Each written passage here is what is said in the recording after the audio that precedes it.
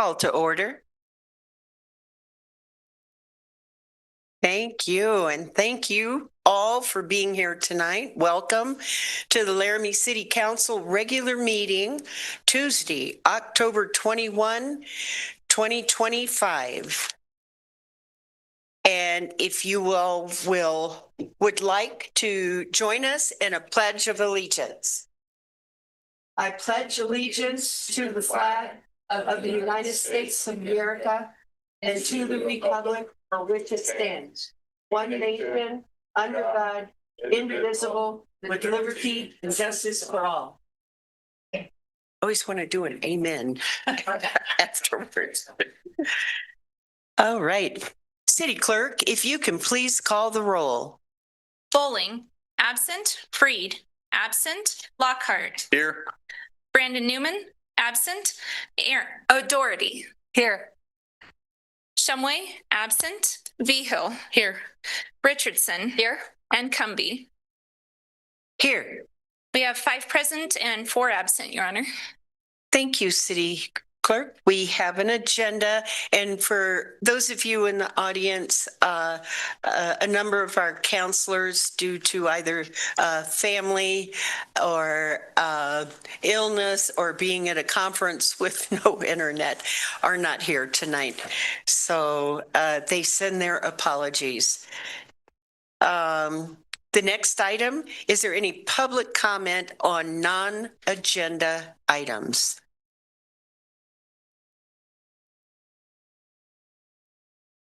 Mayor, we did have one person sign up, Rory King. For non-agenda, is Roy here?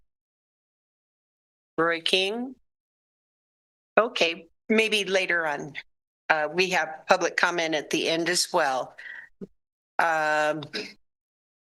Next, we'll move on to consideration of changes in the agenda. And first, I'd like to ask, are there any public requests to remove a consent agenda item and place it on the regular agenda?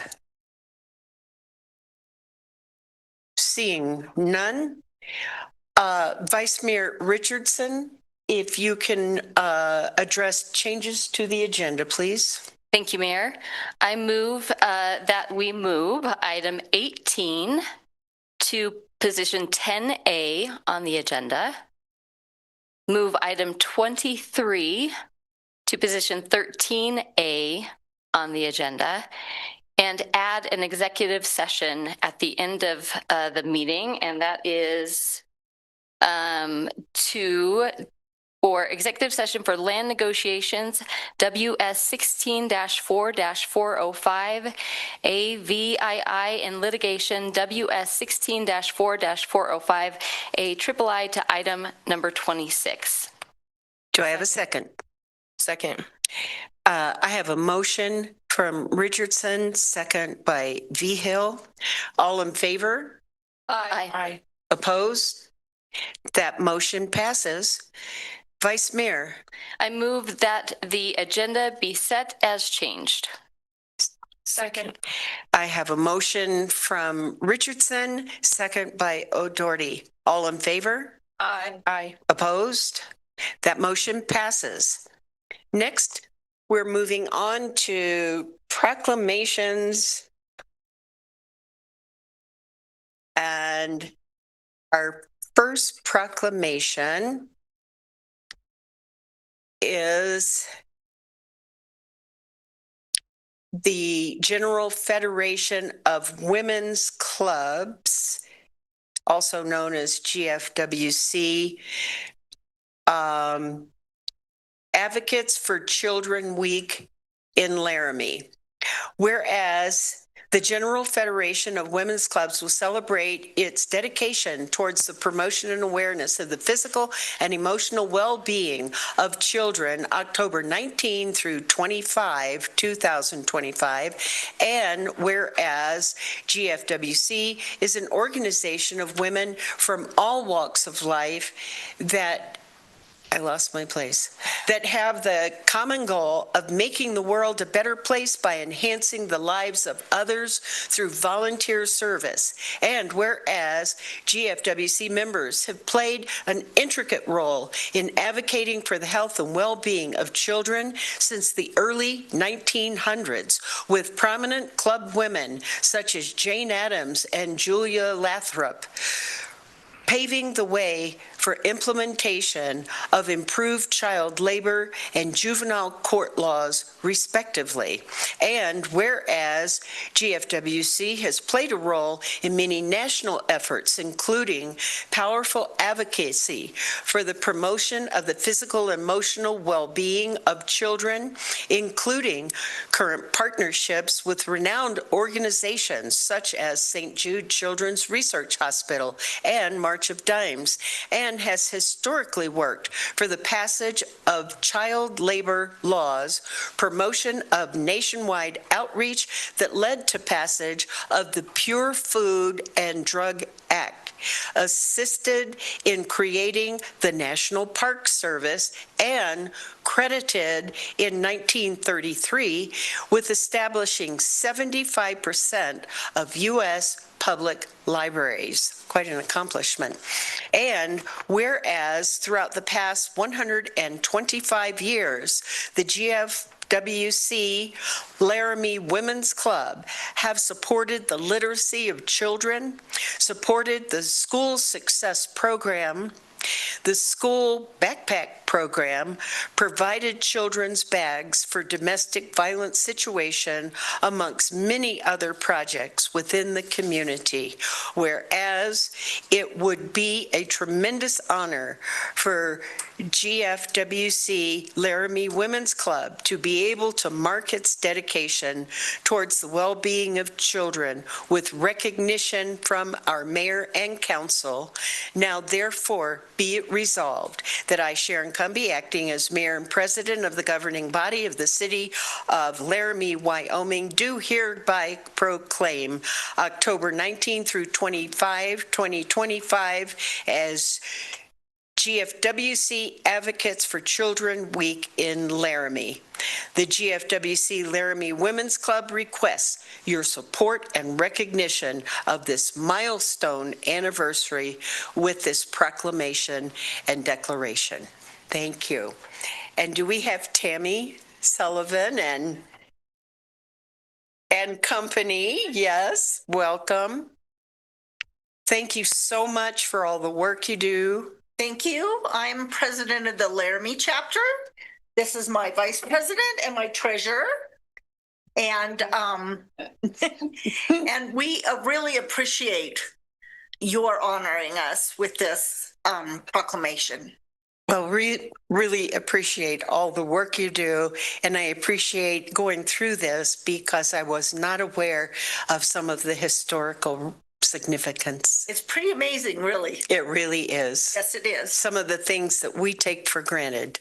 Yes, we are busy behind the scenes. Yep. Well, thank you. Would you like to step up and have a picture with council? I would love that. Nancy will help you get up.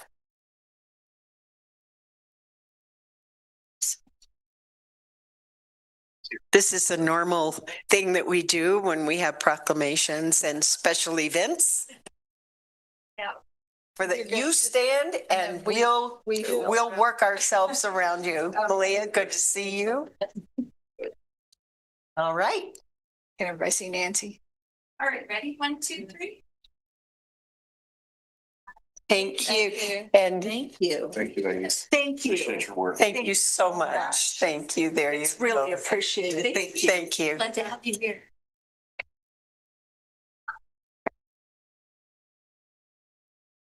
Thank you.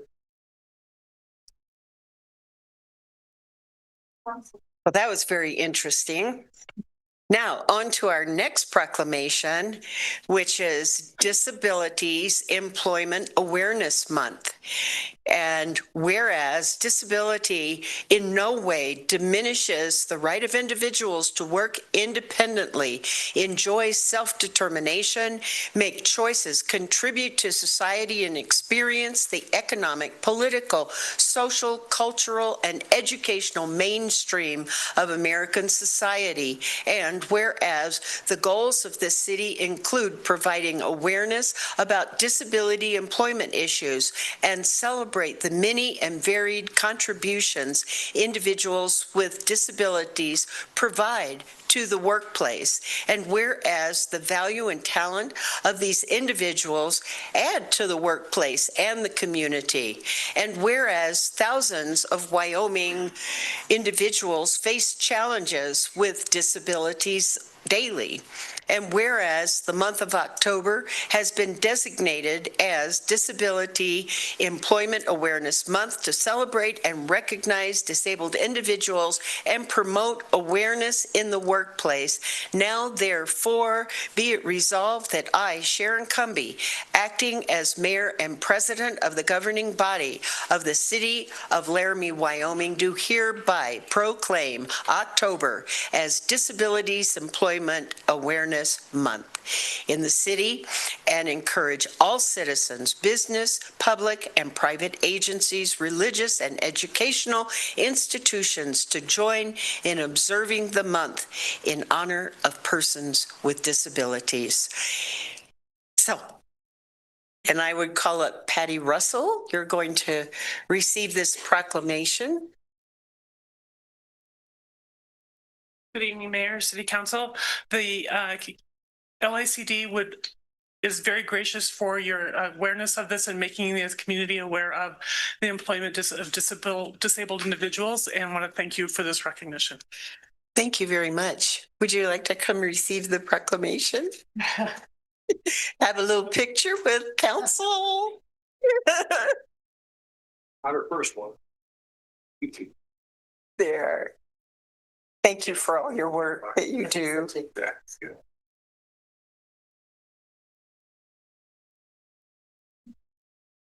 This way. I have to move. All right, good morning to you, Chris. Okay. Thanks, Pat. Thank you. Thank you.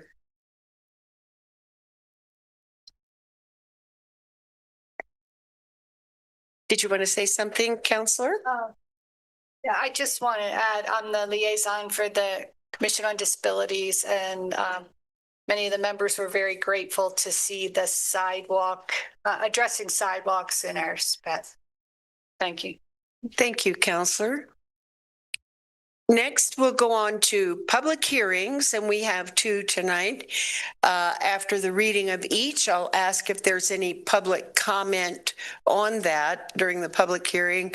These items will also be brought up during the agenda. City Clerk, if you can read the first public hearing on new manufacturer's satellite liquor license. Thank you, Mayor. Notice is hereby given that on the 17th of September 2025, an application was received in the office of the city clerk for a new manufacturer's satellite permit liquor license number MSAT-01 for Backwards Distilling Company LLC, doing business as Backwards Distilling Company, located at 2325 Grand Avenue, Unit 1E, Laramie, Wyoming, for the license term of October 22nd, 2025 through May 7th, 2026. Public hearing to hear comments or protests relative to this license application will be held Tuesday, October 21st, 2025 at 6:30 p.m. at Council Chambers, 406 Ivinson Avenue, and via Zoom, meeting ID number 841-9354-6232, passcode 461495. Action on this application will be considered at the regular meeting of City Council on Tuesday, October 25th, 2025 at 6:30 p.m. in Council Chambers. Anyone wishing to be heard should be present or may be represented by his or her agent at the meeting. Thank you, City Clerk. Is there any public comment on this public hearing?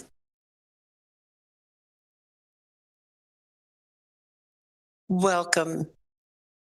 And if you could state your full name for the record. Sure thing. I'm Amber Pollock from Casper, Wyoming. Pleased to be with you here tonight to speak in favor of this license application. I am one of the founders of Backwards Distilling Company, along with my brother, my mom, and my dad, who send me to do all the public speaking and other manner of things that involve getting in front of people. So I'm here representing all of my family tonight. I just wanted to be present in case you had any questions about the application. I know you're going to discuss it later in the meeting. I did send an email detailing a little bit more about the project and how we came to this decision, but this is obviously an exciting milestone for us in the process of opening and expanding our business into Laramie. Believe it or not, we started vetting this idea almost a year ago to this point, and so being able to come before you today with this official request is very exciting for us. So I'm happy to answer any questions that you might have about our company or our project. And I'll be around until you're able to come to a decision tonight. Okay, thank you very much. We appreciate that. City Clerk, if you can do the next public hearing, new bar and grill license for Wing Shack in Laramie. Notice is hereby given that on the 16th of September 2025, an application was received in the office of the city clerk for a new bar and grill liquor license number BG-21 for Shack and Company LLC, doing business as Wing Shack Laramie, located at 1622 Grand Avenue, Unit C, Laramie, Wyoming, for the license term of October 22nd, 2025 through May 7th, 2026. Public hearing to hear comments and protests relative to this license application will be held Tuesday, October 21st, 2025 at 6:30 p.m. at Council Chambers, 406 Ivinson Avenue, or via Zoom meeting ID number 841-9354-6232, passcode 461495. Action on this application will be considered at the regular meeting of City Council on Tuesday, October 21st, 2025 at 6:30 p.m. in Council Chambers. Anyone wishing to be heard should be present or may be represented by his or her agent at the meeting. Thank you, City Clerk. Is there any public comment on this public hearing? Seeing none, we will move on to announcements, and I believe we have 2 monthly staff recognitions. Mayor, if you don't mind, we'll start with announcements. We do have 4 this evening, and I'd like to start with Community and Economic Development. And while they are coming to the podium, I will let you know we will try to be brief. We recognize there's a lot of opening discussion this evening. Okay. Planner Dixon. Honorable Mayor and City Council, this evening I'm pleased to report that the City of Laramie has been awarded the Charging Smart Silver designation, becoming the first community in Wyoming and joining over 60 other nationwide to receive this national recognition. This achievement follows City Council's January authorization letter to participate in the program, which is an initiative by the Interstate Renewable Energy Council and funded through the U.S. Department of Energy Vehicles Technology Office. That direction set in motion work to clarify policies and strengthen available information to the public. This designation directly supports several council goals, including advancing the environmental and emissions goal, fostering economic development and opportunity, and strengthening engagement and communication through measurable, sustainable progress. I'd like to thank the Mayor and City Council for their efforts towards Laramie's environmental goals. Thank you. Thank you.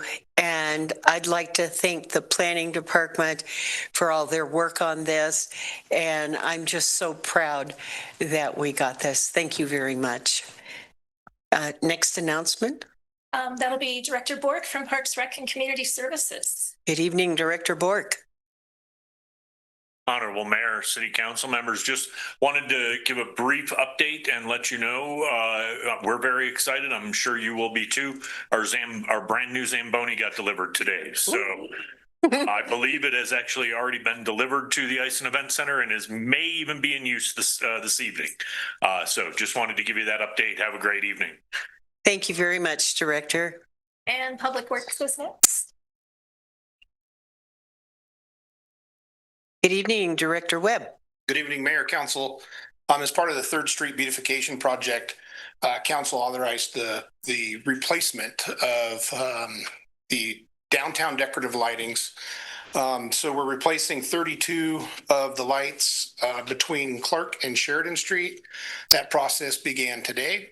They came in a couple weeks ago and were pre-wired out at the MOC. The street staff is removing the old lights, putting in the new ones. I think they got 6 or 7 in today.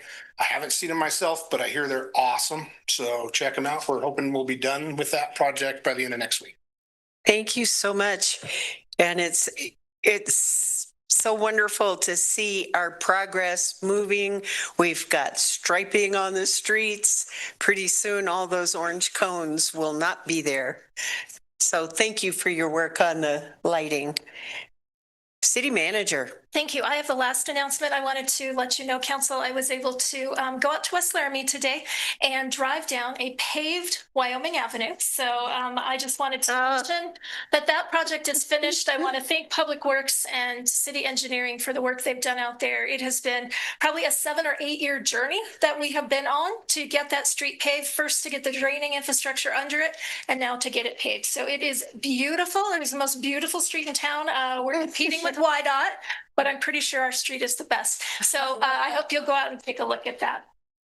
Good work. It's good work for our public works. Thank you. That was a lot of exciting news to start with. And is there anything else? No. Or recognitions if you are. We are ready. Okay, so Council, tonight we have 2 rock stars or employees of the month, and that is because we had to skip last month due to staffing schedules. So I'm going to talk to you about 2 really amazing staff members we have here at the City of Laramie. In the interest of time, I'll speak about them each and then invite them up together and allow them to say hello and introduce themselves to you. Our rock star from last month was John Bailey, and John works in the facilities maintenance division. He is a maintenance crew leader. John has been with us since October of 2023, and he was nominated by Kevin McIntyre, who is the division head in that division, who really noted how appreciative he is of Mr. Bailey, who's willing to take on any maintenance project and also to mentor crews. Mr. Bailey has a bachelor's degree and also a master's of education in curriculum and instruction, and he's had a lot of different jobs over his career, but he says he's found working in our maintenance division to be very interesting and fulfilling. And not only does he get to work on anything, and our maintenance division, just so you know, they work on everything, right? Like they are not pigeonholed into a certain type of equipment or a certain type of maintenance. So he talked about how he appreciates the work as being anything but boring because of that diversity. He says when he's not coordinating with his crews, he's also in the office processing things like purchasing cart transactions, invoice payments, inventory, purchasing supplies, etc. So as with so many of our staff, he really appreciates the diversity of work he gets to do, and we are so happy to have John with us. And he is someone who's always willing to go the extra mile to keep our city buildings functioning well. So John Bailey. Next we have for this month, Robin Beatty, and it's really fun for me to be able to talk to you about Robin because I've known Robin for a very long time. She worked with the city. Before coming back to us, she worked for 10 years with the city between 2003 and 2013. So she and I got to work together back then. She worked for 3 years as an assistant in the city manager's office and then as the senior court clerk for municipal courts. So we were so happy to welcome Robin back to our ranks in July of 2024. She is now the department coordinator in the Community and Economic Development Department. In her hiatus from the city, she went on to do some work in paralegal work. And so she's been able to bring those skills back to this job and says she really feels like it's made her stronger in this position working in community and economic development. She understands contracts, statutes, municipal codes, all of those things that are very relevant and pertinent to working in planning and building permitting. Robin is someone who also enjoys the busyness, as she calls it, that comes with working with the city. So we're thrilled to have Robin back. She was celebrated by her department head and the division managers in her area. So if John and Robin would like to come up, that you can meet them and say hello. Oh, there's Robin.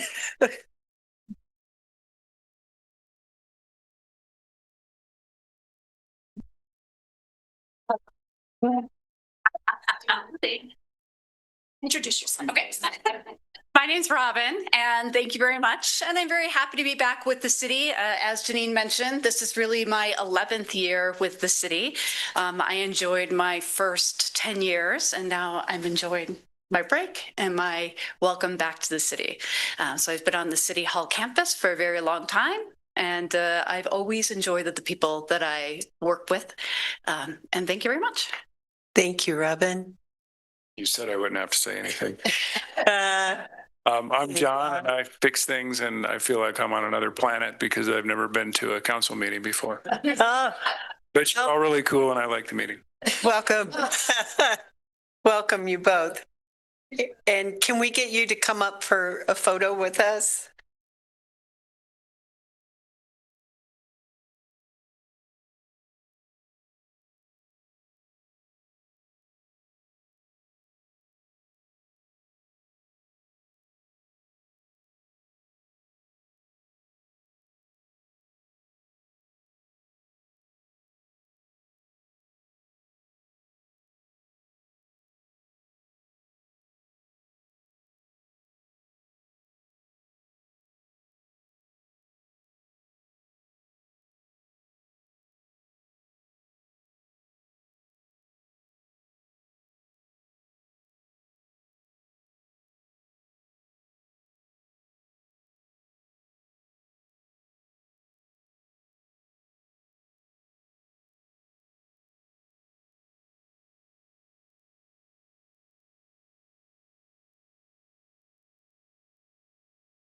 That was an uplifting beginning to our meeting.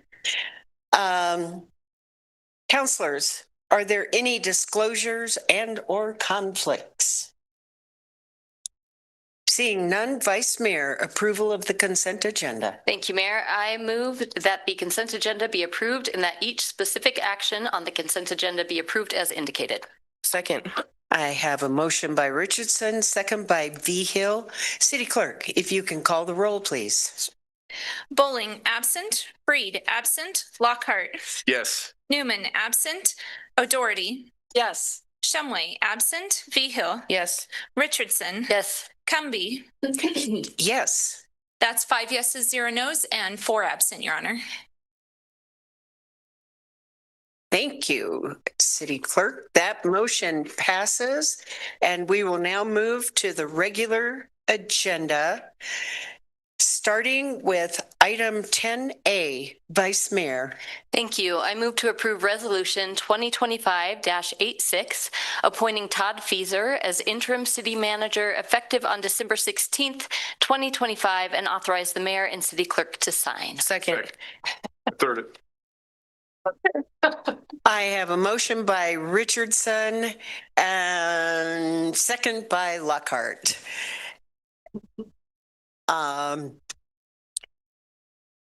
So.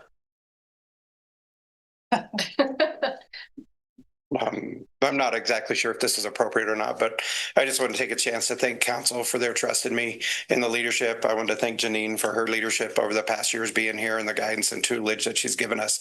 I look forward and I'm honored by this opportunity to serve alongside our department heads and directors and continue to keep Laramie moving forward as Janine has done. So I'm excited about this opportunity, excited to be part of the team and continue to serve this community. So I'll leave you at that. Thank you, Todd. And just for the public, I'll say the city council appoint and employ their city manager position in accordance with Wyoming state statute in Title 15.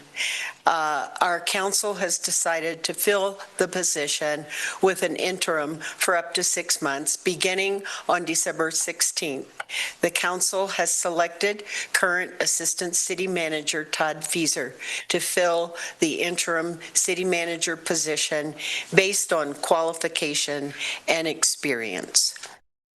Council, I would not think, do you have any questions at this time? Then I would like to turn it over for public comment. Is there any public comment? Yes. Mayor, you have a hand raised from Brian Harrington online as well. Okay, well, I guess we could start with the former mayor.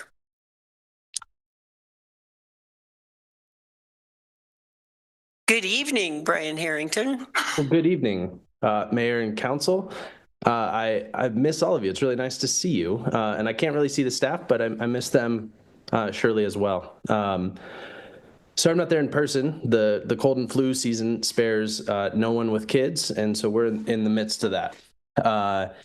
And I wanted to hop on regardless, because I wanted to take just a minute to acknowledge the what I think is the really wise decision by council to somehow convince Todd to step into this position. I have had personally the pleasure of working with Janine and was what is our loss is the city of Casper's gain, I suppose, on this one. But I think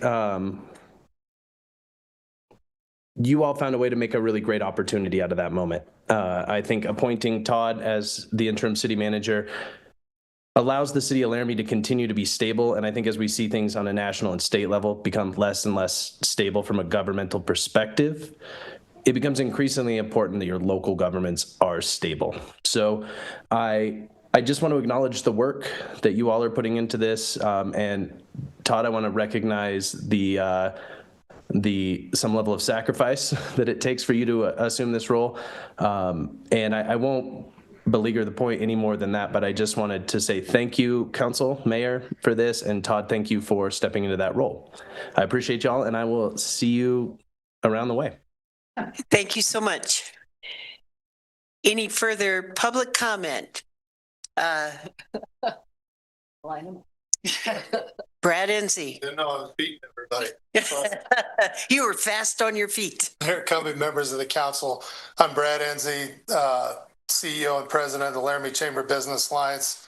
And first I want to say how sad we'll be to see Janine go. We've had, she and I have had a great working relationship over my tenure in the position, and just kind of echo Mayor Harrington's comments of how important it is for continuity. Right now, we've got 4 or 5 big projects that we've been working on, and they're multi-year projects to do that. And I look forward to seeing what Janine can do in Casper from helping their economic development and the opportunities that she set up for our organization to be able to self-fund and grow and do those things. And I know that Justin up there is looking forward to working with her in that capacity. So appreciate the continuity. I think it's important not only for our economic development and housing projects, but also just for business to know that the mentorship and the team of people here is not upended. So thank you. Thank you, Brad. Appreciate your comments.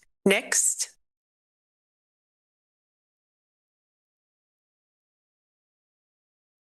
Good evening. And if you can state your name for the record. I can. My name is Walt Gasson, and I'm a curmudgeon. It's not a comment on my deportment or anything like that. Rather, it's kind of a piece of information regarding a commitment. I know, Honorable Mayor and members of the council, you're aware of our work. Some may or may not be. We're a group of, we shall say, tactfully mature and experienced individuals, old guys, who do volunteer work in Laramie, particularly with Parks and Recreation Department, and we love it. As we have carried out those projects, we did 14 of them this year, everything from little lending libraries to a custom trailer for the recreation folks to haul their gear around. Wonderful projects and a wonderful experience for all of us. It was in many ways, I think, a very telling experience, because it was the time when Todd had moved up and we thought perhaps out wrong. His presence was there. Our friends at Parks and Rec are wonderful and committed folks, and we work side by side with them with pride. But it's one thing to have a group of volunteers. We work cheap. We have an unfortunate addiction to power tools, but But you need someone. You need someone who connects people who want to do stuff, people who want to do good stuff to the system. In the end, as you know, in every day of your work, it's about people. It isn't about rules. It isn't about regulations. And especially in an era when we hear a lot of disrespect for government, I think it's important that we recall that this is a government of the people, for the people, and by the people. And if there is one soul I know on this earth, and I know a lot of souls, believe me, who can engage people in the process of making Laramie, Wyoming, a better place than it already is, it's my friend Todd Feaser. And I applaud your decision regarding the interim city manager position. And I hope we can look forward to a continuing relationship and some more magical stuff going on out there on the street. Thank you very much. Thank you so much. I need a tissue. Good evening. I do too. Good evening. If you could state your name for the record. I am John Freeman. Good evening, John. Just a plain old citizen. And it occurred to me that in making this decision, that you needed to know some more about just us plain citizens and how we have appreciated what Todd has done. So I'm going to tell you about a couple of examples just so that you have that sense. The first experience I had with Todd was several years ago in our neighborhood when we had a series of code violations and all the other things that go together with that. And Todd had the patience to listen to my neighbors and myself. And Todd quietly got law enforcement and your new code enforcer. And this was done in a quiet, incremental way, because we were dealing with issues of personalities, where, as you know, one person's treasure may be somebody else's junk. And so this was very, very well handled with positive results. And nobody became embittered. And government actually worked, which was wonderful. And because of my working with Todd, I happened to be involved with the possibility of reusing the old Slade School, and talked to Todd about it. And Todd saw this as just one alternative to deal with this huge issue of housing. And I think you are very fortunate to have someone who not only deals with little issue here and a little issue there, but with the whole issue, the whole picture. And from that experience, Todd suggested I become a founding director or board member of the Urban Renewal Agency, which at my advanced age, I was very hesitant to do, but I did it to help get the thing started.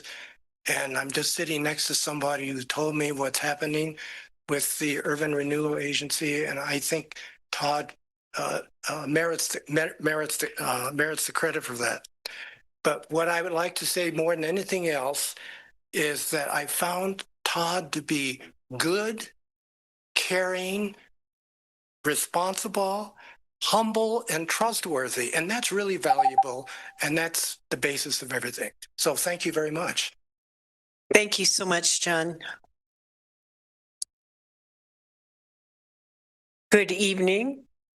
And if you can state your name for the record. Good evening, Mayor and Council. I'm Fred Schmeckel from here in Laramie. I get the privilege of serving as your chair of the Urban Renewal Agency that John just mentioned. And I also get to serve the community as the chair of the Albany County Housing and Land Trust.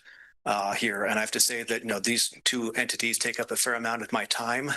I get to blame, credit for all of that and getting that ball rolling. I just want to say +1 to everything that's been said about Todd this evening, particularly about the importance of momentum in housing.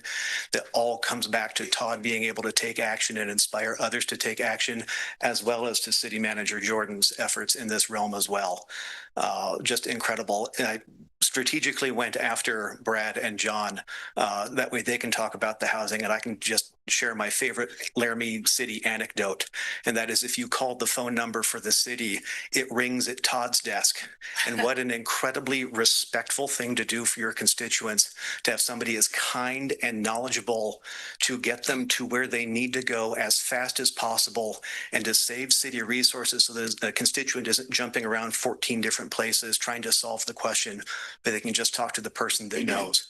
I think it's incredibly important that Todd has that knowledge, and that the city continue that tradition, not ringing at Todd's desk necessarily, but finding someone that can do it almost as well as Todd in that.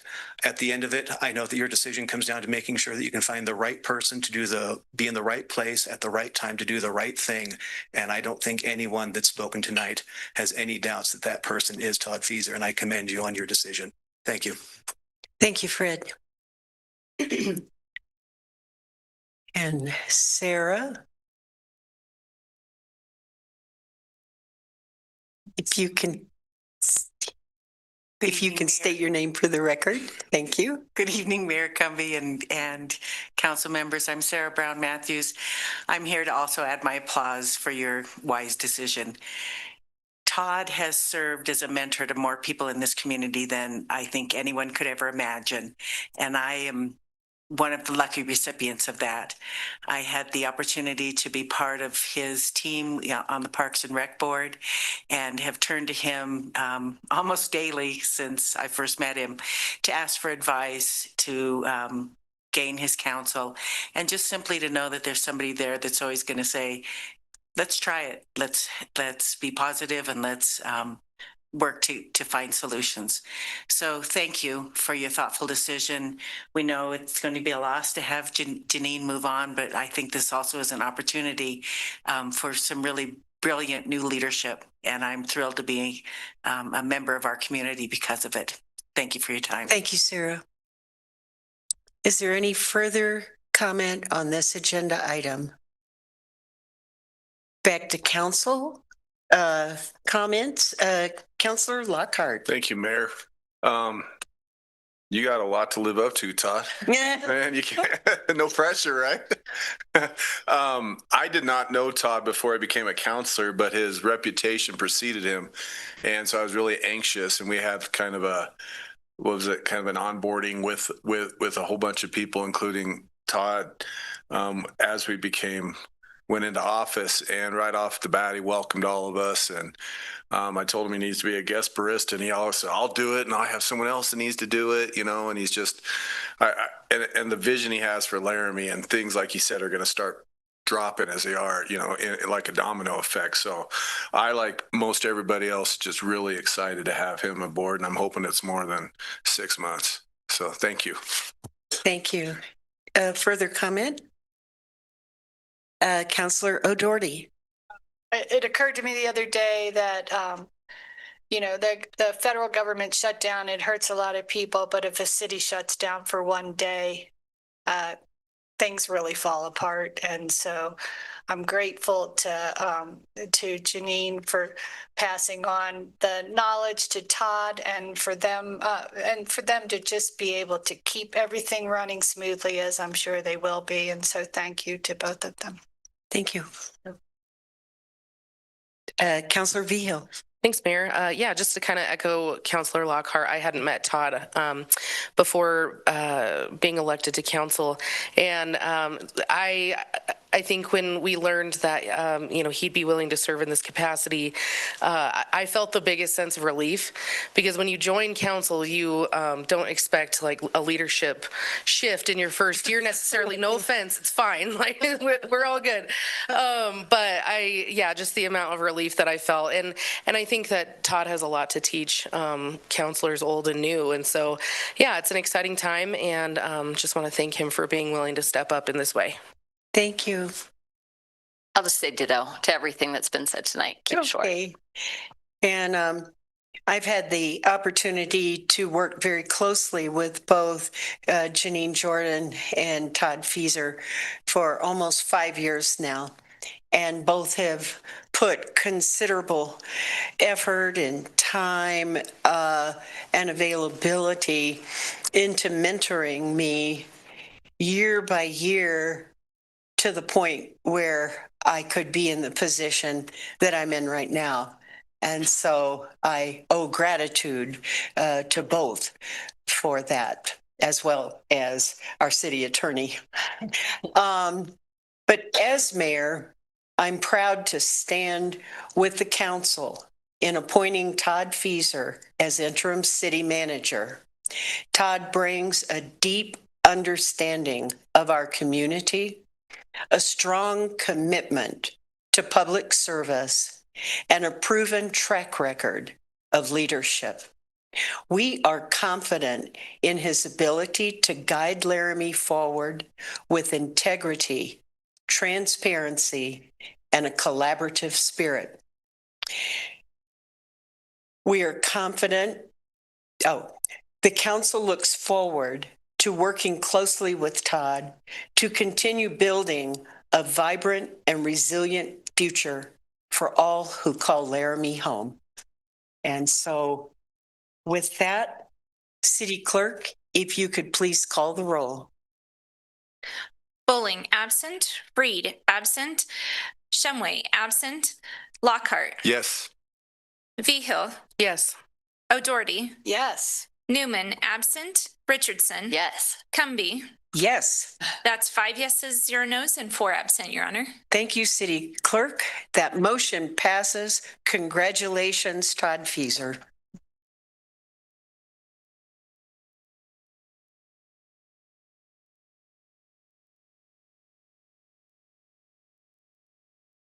So, moving right along. Item 11, Councilor Lockhart. Thank you, Mayor. I move to approve the memorandum of understanding between Albany County, Wyoming and City of Laramie, Wyoming for creation of a comprehensive local safety action plan, and authorize the mayor and city clerk to sign. Second. I have a motion by Lockhart, second by Vigil. Good evening, Director Webb. Good evening, Mayor, Council. It's a tough item to follow. Yes, it is. But I got more good news. Oh, my goodness. So in February 2024, February 2024, City Manager Jordan began working with the county to apply for the 2024 Safe Streets and Roads for All grant program to create a transportation safety action plan. The purpose of a safety action plan is to really reduce and eliminate serious injuries and fatalities on roadways. The plan will identify high-risk areas and trends, develop strategies and projects to reduce the risk for all users, identify infrastructure improvements, policy changes, and educational programs. The plan will set specific goals and timelines to complete improvements and establish a monitoring and evaluation system to track the progress. The big part of the city's side of the safety action plan will include a citywide speed study that will help guide future transportation safety approaches for development and other city infrastructure. The broader safety action plan overall will establish clear goals for equitable, transparent, and data-driven strategies to improve transportation safety. The grant request was for $1.12 million with a $280 local match, and the application was successful. Wow. In anticipation of a successful application, the city manager recommended and city council approved $160,000 in our local match for this project. The MOU that's in front of you tonight formalizes the county and city partnership and forms a project team made up of city and county staff.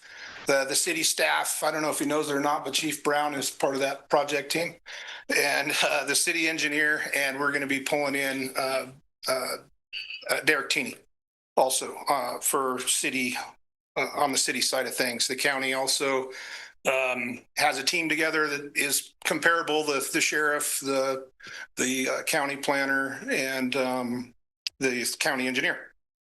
The Albany County Board of Commissioners approved the MOU on October 7th, and the final report, the final completion of this is scheduled to be on or before June 30th, 2028.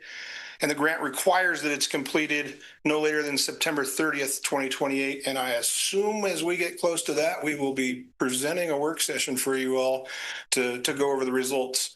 At this time, if the city manager wants to add anything, she's been very involved in this. That's great. Otherwise, if not, we'll take questions if you have them. Thank you. Councilors, questions?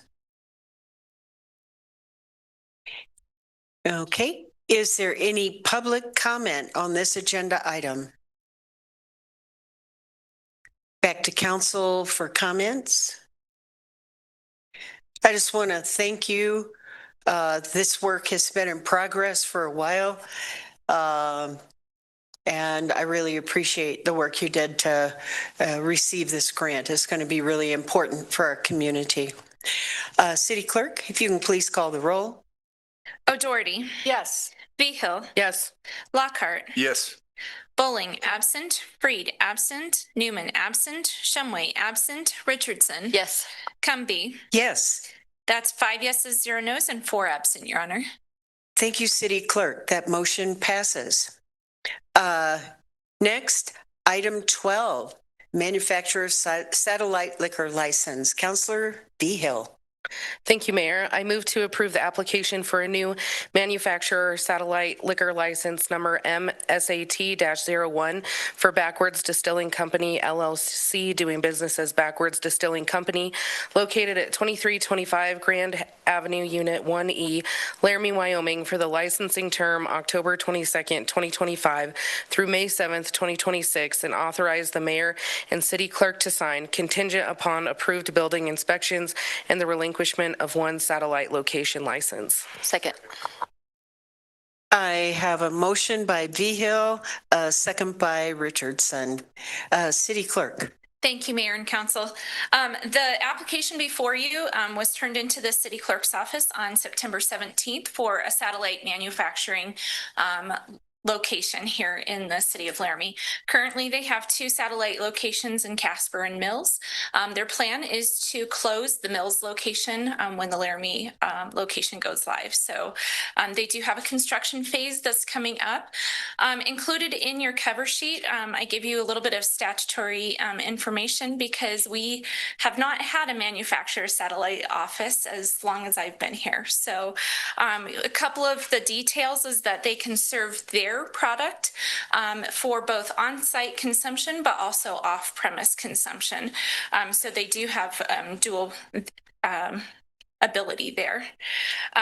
We already talked about the 2 approved satellite locations. So we're kind of going through that process right now. With the approval here, they will end up closing one location to have this one approved. Those are really the top things. They can get up to 12 off-premise permits for serving off-site per calendar year. And so that is something that's also available to them with this license through the state. So Amber is here, the applicant. And so if you have any additional questions, she's here to offer that. As she mentioned previously, you've received an email today with some more background information about the company and a picture of one of their other locations. So with that, Mayor, I'm happy to answer any questions, or Amber. Thank you. Councilors, questions? I see no questions at this time. Is there any public comment on this agenda item? Back to council for comments. Vice Mayor Richardson. Thank you. Thank you so much for looking to Laramie for this opportunity. And I think it's great that we can be supporting a family-owned business here and keep growing our businesses here in town. So just happy to have you. Other comments? I too am really excited for a Wyoming family business to choose Laramie. And thank you very much for taking the time to come down here from Casper tonight, Amber. City Clerk, if you can please call the roll.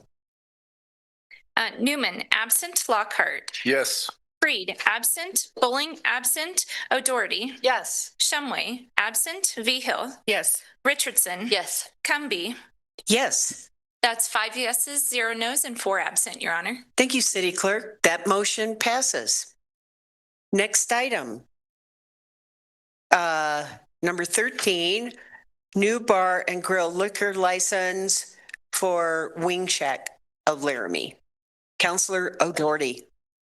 I move to approve the application for a new bar and grill liquor license number BG-21 for Shack and Company LLC, doing business as Wing Shack Laramie, located at 1622 East Grand Avenue, Unit C, Laramie, Wyoming, for the licensing term October 22nd, 2025 through May 7th, 2026, and authorize the mayor and clerk to sign. Second. I have a motion by O'Doherty, second by Vigil. Good evening, City Clerk. Thank you, Mayor and Council.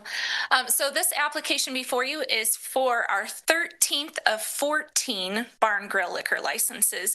As you know, bar and grill liquor licenses are under a population formula created by the state.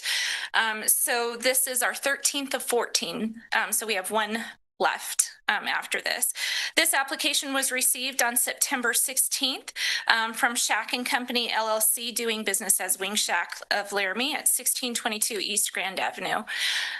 The owner, Brian, is here in the audience today.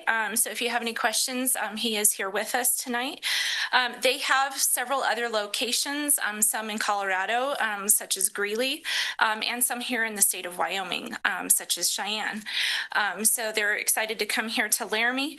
A few things with bar and grill liquor licenses is the liquor license is for on-premise consumption only. They do have to meet the 60% food sales, 40% maximum alcohol sales. They are aware of the state statutes as mentioned. They do have a location in Cheyenne, so they've already been working under Wyoming state statutes. They should be opening here shortly. It sounds as though they maybe have another week or two, but Brian could give you an update on that before their location will be open here in town. With that, if you have any questions, please let me know. One additional state statute, just to kind of give you for reference, is that at the time of that food sales stop, the alcohol has to stop. So just kind of give you that as a point of reference as well. Thank you, City Clerk. Brian, did you wish to update us on your progress? Absolutely. Welcome. Thank you. Good evening, Honorable Mayor and Council. I'm Brian Seifried, owner of Wing Shack. We're very excited to be a part of the Laramie community. We've had our eyes on Laramie and the idea of being part of the community for many years, since I think 2019 was the first time we started exploring and getting to know the community, and just attracted to the real sense of pride that this community has, the embracing of small business that this community has, the vibrant downtown and deep culture with UW. So we're very excited to be doing business here and bringing our fresh, all natural, never frozen bone-in wings to the people of Laramie. It's a slight little pitch in there. We are really pleased to have found the location next to Dwyer's over there. tell you a little bit about Wing Shack. We pride ourselves in being family friendly. I think people come to Wing Shack to have a meal and then might have a beer with that. We're not kind of a bar first. We're restaurant first, and a great place to enjoy time, whether it's family or guys or gals night out or the students. I think it'll be a great place for the community to gather and to celebrate that sense of community that makes Laramie an awesome place. So if you have any questions, we'd be happy to answer and hope to be opened up here in the next week and a half or 2 weeks. Congratulations on your progress. Councilors, any questions? Councilor Lockhart? Thank you, Mayor. Thank you, Brian. You answered most of my things that I was going to ask you about. When did you start looking at Laramie? Why you chose Laramie? So the location opened, did you have your eyes on anything else and that happened to open and you jumped on it right away? Is that why you guys did it right now, or what was the final decision? We talked to a couple places downtown and kind of further out on Grand, and just nothing felt like the right place and right time and kind of the right setup and right size. And when the Dwyer's folks kind of decided to tone down their business and kind of approach semi-retirement, we'd had some feelers out on social media, and they kind of came to us and talked about their idea of slowing down a little bit and shedding the restaurant part of their business. And, you know, they'll be open on the O'Dwyer side, so it's going to be fun to be partnered with them. You'll be able to get Wing Shack wings on the O'Dwyer side as well. So it's exciting to be alongside that group who has been a part of this community for so long and feeding and being a gathering place of the community. So when we first walked in the doors and met Siobhan, it just felt like the right place and the right time, and it was kind of instant. This is the place we want to be and to make our home for hopefully a very long time here in Laramie. Thank you. Thank you. Councilor O'Doherty. Thank you for having a veggie option. Absolutely. Those veggie nugs are delicious. Sandwiches and salads too. So it's not all about wings and beer. Further questions? Thank you, Brian. Seeing none, public comment. Is there any public comment on this agenda item? Seeing none, back to council. Final comments? All right, City Clerk, if you could please call the roll. Vigil. Yes. O'Doherty. Yes. Lockhart. Yes. Bowling, absent. Freed, absent. Newman, absent. Shumway, absent. Richardson. Yes. Cumby. Yes. That's 5 yeses, 0 noes, and 4 absent, Your Honor. Thank you, City Clerk. That motion passes. Welcome. Welcome. Item 13A, Professional Services Agreement, Vice Mayor Richardson. Thank you, Mayor. I move that the Laramie City Council approve the professional services agreement between the City of Laramie, Wyoming and Logan Simpson for the development of the Laramie Downtown Development Plan in the amount not to exceed $63,000 and authorize the mayor and clerk to sign. Second. I have a motion from Richardson, second by Vigil. Good evening, Director Tini. Mayor, Council, good evening. The item before you is a contract with Logan Simpson. They are a firm in Fort Collins. You may remember them from the Laramie Growth Plan, so they're a firm you're very familiar with. We are very lucky to have an opportunity where this plan was well sought after from consultants. We had 10 consultants apply for this. We interviewed 4 consultants and ultimately selected Logan Simpson. This is a fairly straightforward contract with the long-term development of a 15-year plan for the downtown. The last plan was completed in 2011, so it's kind of time for that refresher and to kind of lay the groundwork for the Downtown Development Authority and the downtown for what that looks like for the future. And so we're excited about this opportunity. I do want to note the chair of the Downtown Development Authority, Marty Oblasser, is here. She is in the back there, as well as our consultants. They are available online if you have any questions. And so with that, I'd be happy to take any questions as well and appreciate this opportunity. Thank you, Director. Council, questions? Seeing none, is there any public comment on this agenda item? Back to council for comments. Councillor Lockhart. Thank you, Mayor. Thank you, Director Taney. You know, everybody talks to us about how vibrant our downtown is, so it's exciting to see there's even more growth and opportunity being placed on that because, you know, anytime there's a big event in town, you know, the border war this weekend, people congregate downtown, you know, whether they're eating or shopping or what have you. So with everything that's been done with the improvement on 3rd Street, the 3rd Street beautification project, we're gonna have the downtown lighting. And then this project, I'm really excited for our downtown businesses and the community. Thank you. Further comment, Vice Mayor? Thank you, Mayor. I just want to thank the DDA and this committee for their eagerness to get things moving downtown. I think there's been a lot of work and they've kind of recognized that this is a great opportunity to get some things to build on the momentum of this group, and they're a really hardworking group. And so I'm excited to see just how everything moves forward. Thank you. Further comment? I just want to acknowledge the work that the Downtown Authority have put in the past couple years to developing a strong, active, and cohesive group. And I think they're really ready to bring this forward. And I'm real excited to see what comes from this, and I'm grateful for the leadership that has brought this forward. So thank you very much. City Clerk, if you can call the roll, please. Lockhart. Here. Yes. Bowling, absent. Freed, absent. Newman, absent. O'Doherty. Yes. Vigil. Yes. Shumway, absent. Richardson. Yes. Cumby. Yes. That's 5 yeses, 0 nos, and 4 absent, Your Honor. Thank you, City Clerk. That motion passes. Item 14, Councillor Lockhart. Thank you, Mayor.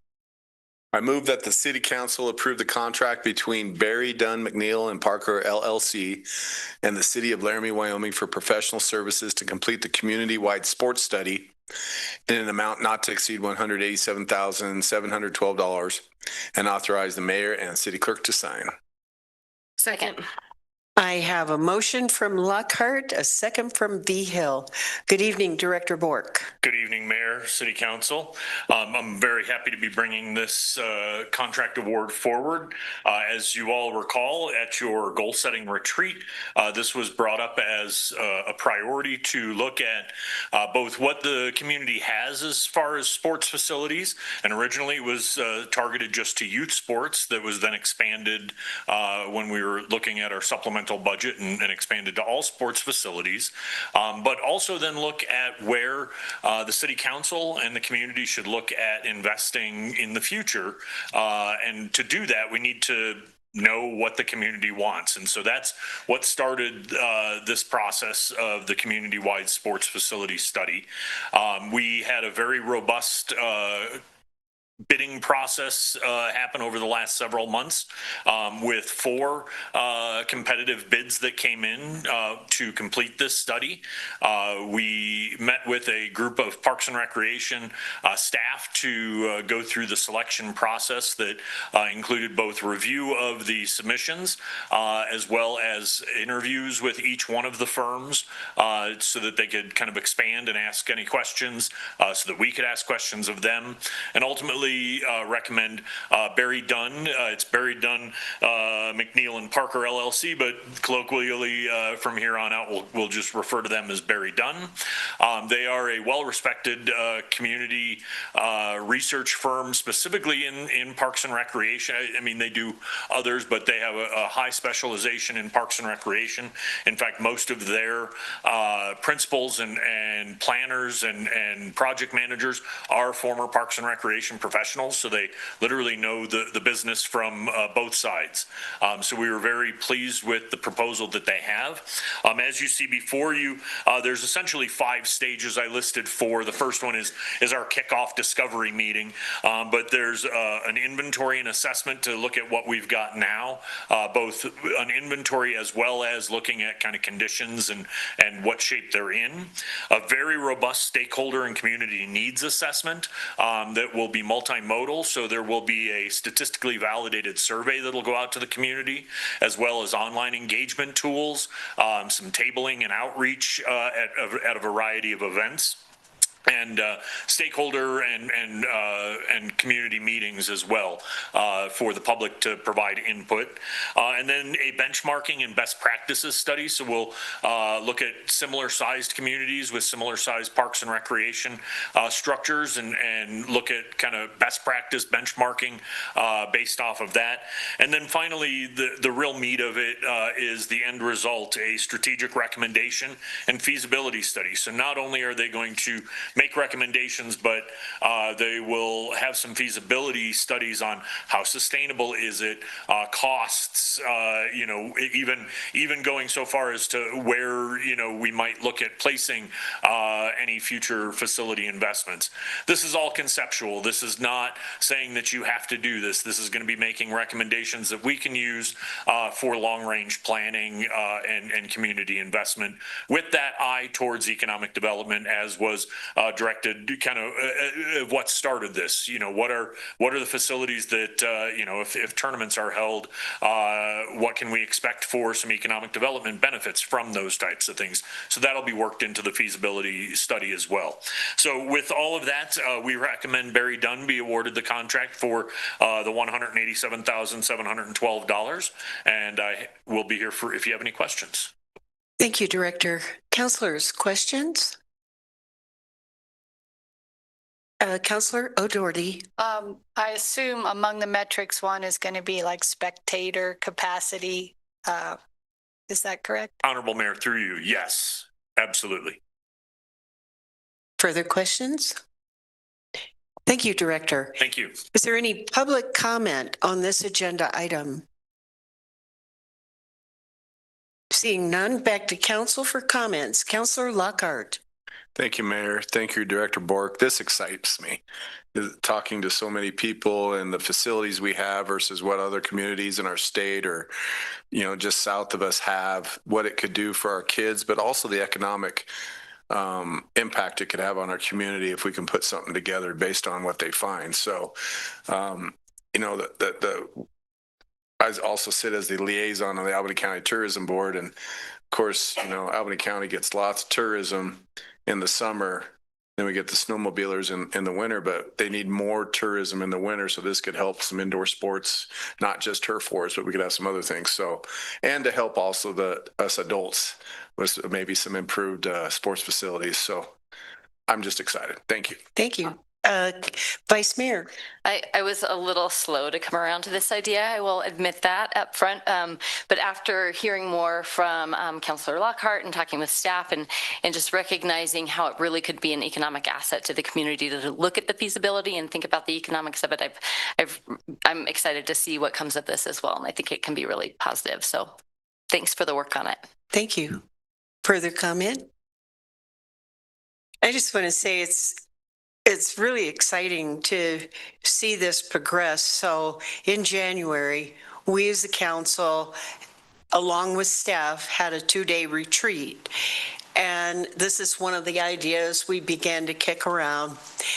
And then staff took it and it began to take form. And to see it at this point is very exciting. And I will just say that the feedback I'm getting within the community is extremely positive, both that it'll be a facility that some of the youth sports can use, but also people are excited that it would be a facility for adult use as well, and to have tournaments and other sports activities. So thank you to all of the staff for the work on kind of making this dream time come true. So, or be on its way. City Clerk, if you can call the roll, please. Bowling, absent. Freed, absent. Lockhart. Yes. Newman, absent. O'Doherty. Yes. Shumway, absent. Behill. Yes. Richardson. Yes. Cumby. Yes. That's 5 yeses, 0 nos, and 4 absent, Your Honor. Thank you, City Clerk. That motion passes. Item 15, Councilor O'Doherty. I move to approve Resolution 2025-83, amending the fiscal year 2025 to fiscal year 2026 biennial budget of the City of Laramie, Wyoming for reappropriated amounts and authorize the mayor and clerk to sign. Second. I have a motion from O'Doherty, second from Behill. Good evening, Director Wade. Good evening, Honorable Mayor and City Council members. This is only our second carry forward amendment of all time, which is pretty significant, and it would be the first carry forward amendment for many of our council members. So I want to take the majority of my introduction tonight to just explain what we're talking about when we use the word carry forward or reappropriate. And so as you know, from this last year's budgeting process, you appropriate certain items as specific purpose budgetary authorizations. And when you do so, those budgetary items carry forward between periods until they are spent. The only items you appropriate as specific purpose authorizations, which means they're controlled at that level for that specific purpose, are capital related items, equipment acquisitions, and fleet related acquisitions. And so if you think about your budget publications and our budget work sessions, those are the items we discuss with you in our capital budget work sessions. And those are the items that do carry forward between periods if they're unspent. The grants, the loans, the funding sources associated with those amounts also carry forward from a funding standpoint. And that's what we're doing in tonight's amendment. So I want to talk a little bit about that because we are, of course, in the middle of spooky season, and there's about nothing scarier, in my opinion, than governments rushing to their fiscal year end, encumbering all their funds for no reason. It's not a very good use of money. And so I don't like to call these things encumbrances. They're not encumbrances, many of them in the true sense of the word. Some of them are contractual obligations and so would be an encumbrance. They are carry forwards of specific purpose amounts. And so we disallow the process that you hear of through many governments of just moving those encumbered funds forward. And I think that's a really good thing because we don't have that year-end spending spree to get that money encumbered that you see in other governmental entities sometimes. What we also do now with our new software is we have the ability to control these things very tightly.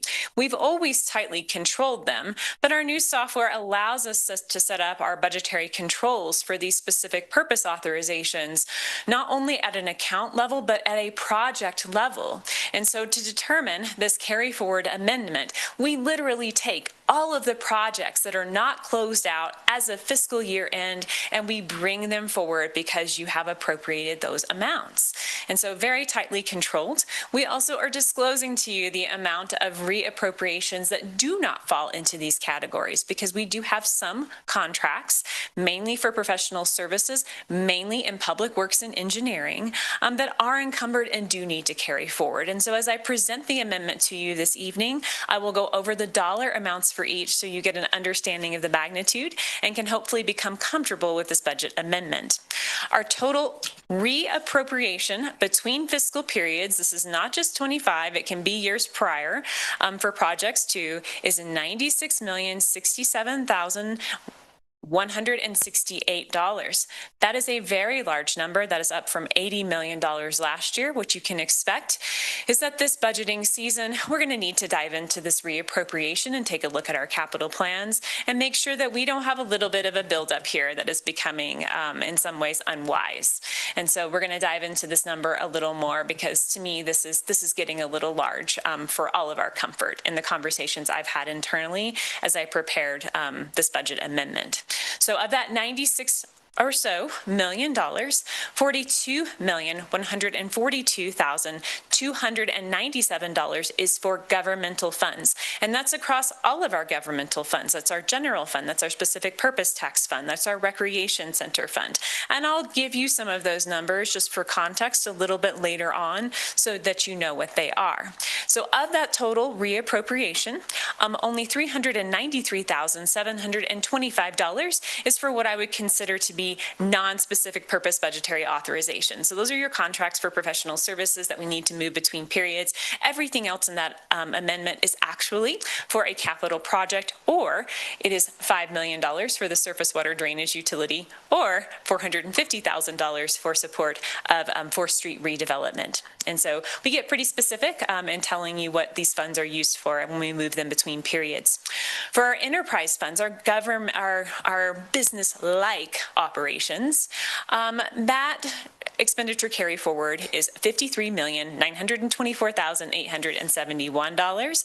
Like governmental funds, only $331,419 of that amount is for those non-capital related items, those operating consulting project carry forwards. And you can see in your budgetary memo the amount of each of those carry forward appropriations that is funded from cash reserves, from grants, from loans, and from things like other contributions. So I noted one moment ago, this is the last thing I need to tell you for this amendment, that I would let you know from a fund standpoint the amount that we're carrying forward. And so I would just like to go over those amounts to get them into the public record. In the general fund, it's $12,021,213. In the Economic Development Fund, it's $479,898. In the E911 Fund, it's $4,872. In the Recreation Center Fund, it's $493,867.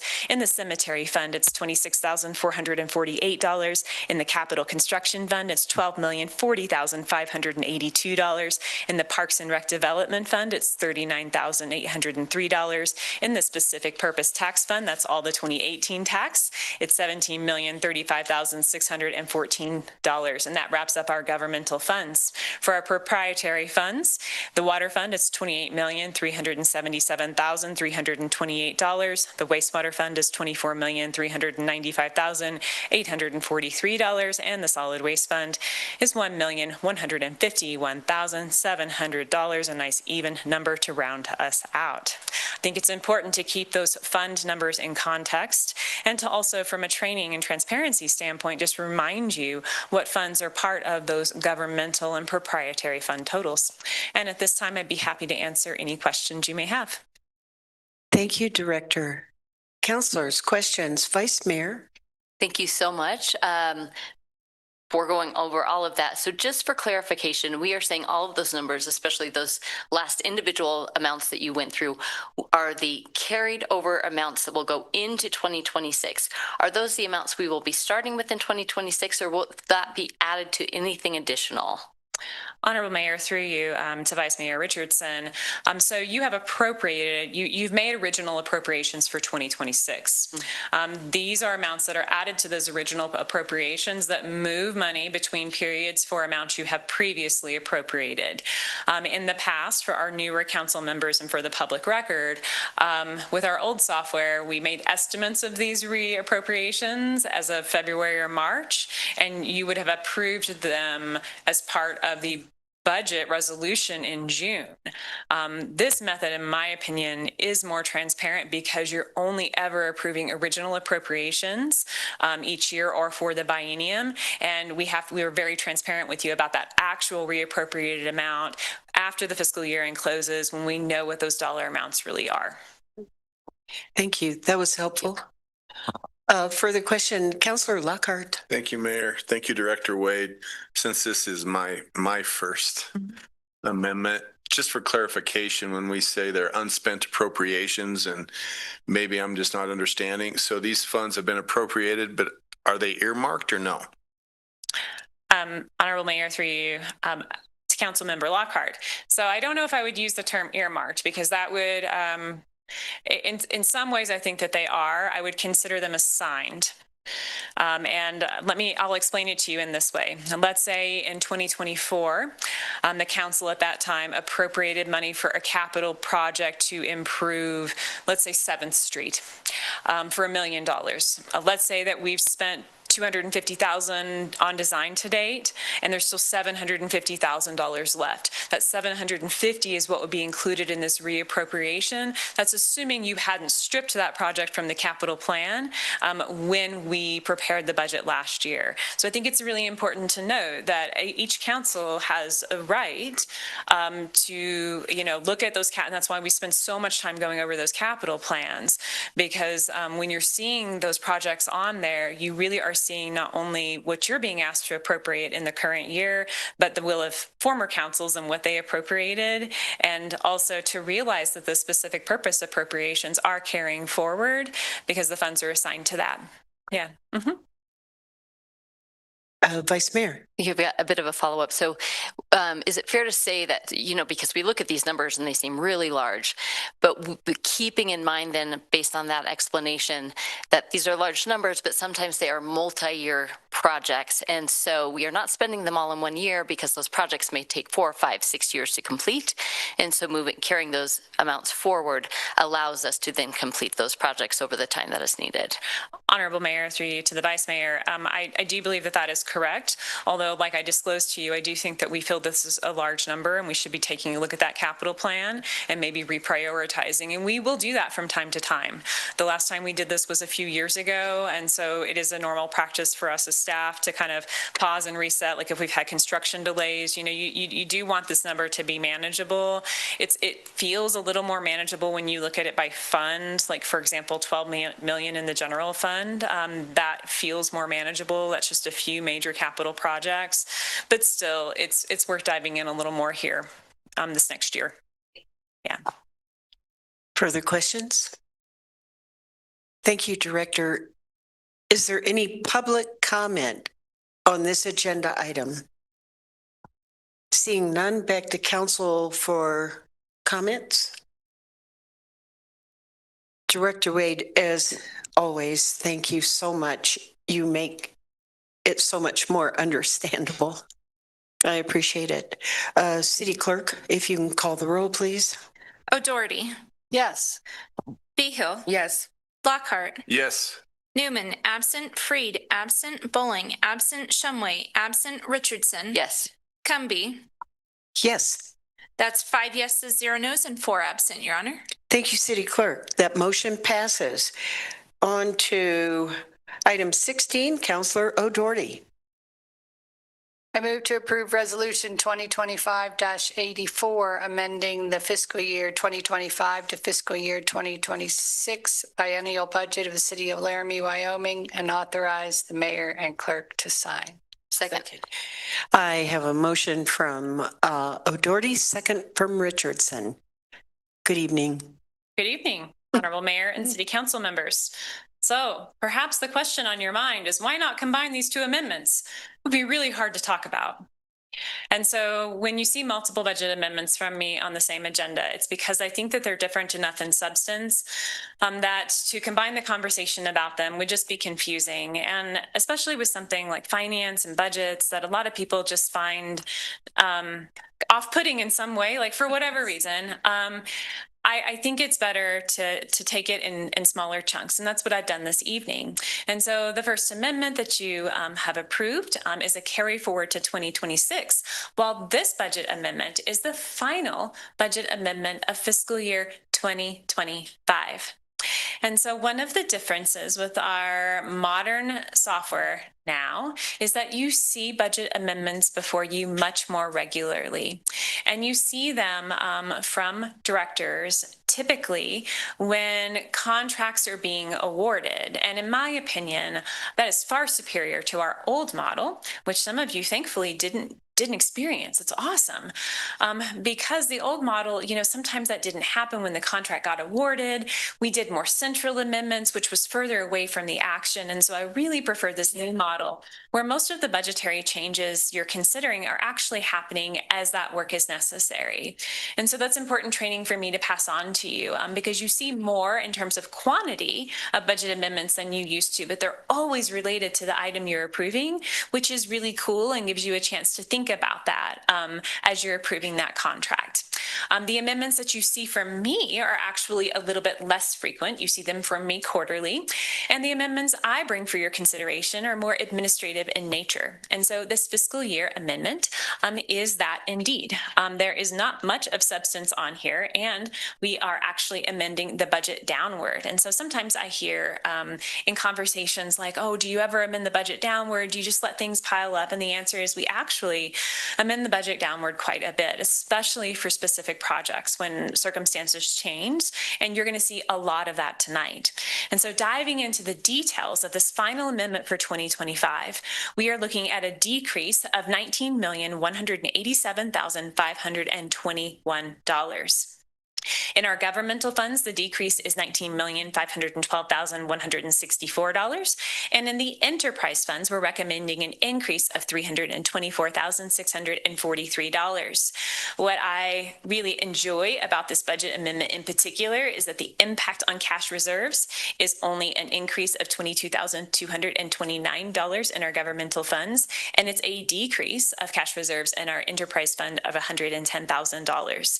So it's a very favorable amendment from a finance standpoint because most of it is from grants and loans and changes in condition and not truly impacts to cash reserves, which of course impact future spending. Going in a little further into the details by fund, in the general fund and the general accounts division, we're recommending a $190,000 decrease for two items, a $160,000 decrease to remove unnecessary appropriations for the city's grant match for the citywide speed study. That is not exactly the right title because that was item 11 on tonight's agenda. And so we were so excited about this grant opportunity that we budgeted it in two places. In the general fund, I think is the original match, and then in the capital construction fund, which we found when we prepared the budget for this year. So we need to strip those appropriations out of the general fund. We are also recommending a reduction of $30,000 to decrease appropriations for the general Laramie Public Art Coalition work to transfer that to a specific project for 3rd Street beautification. And so we're not decreasing LPAC work in general. We're moving that in between funds for a specific project. You'll see the offsetting entry to that a little bit later in the discussion. In the Economic Development Fund, that's where most of our decrease is coming from. As you might guess, that is for a reduction in the Plenty Research and Development Facility. That's a $19,534,393 increase.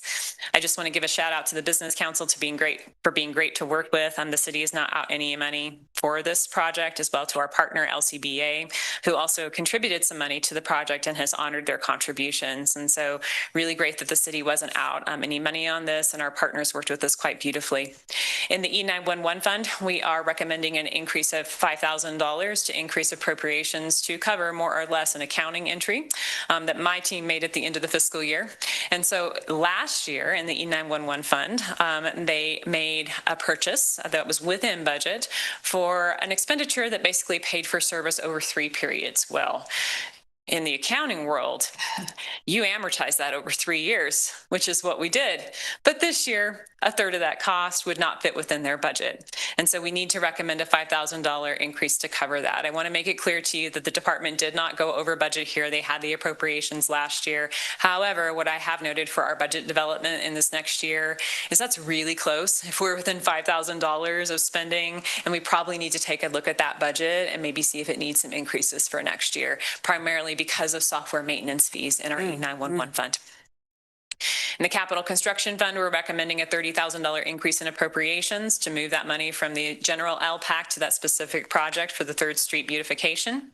And in the Water Fund, we're recommending a $324,643 increase for the Dallin Diversion Project. Now, some of you may know a little bit about the Dallin Diversion Project. The amount of grants on this project, I think, exceeds the fingers on one of my hands, which is amazing. It's about a $2.8 $1.8 million project if you approve this budget amendment with a $250,000 cash match.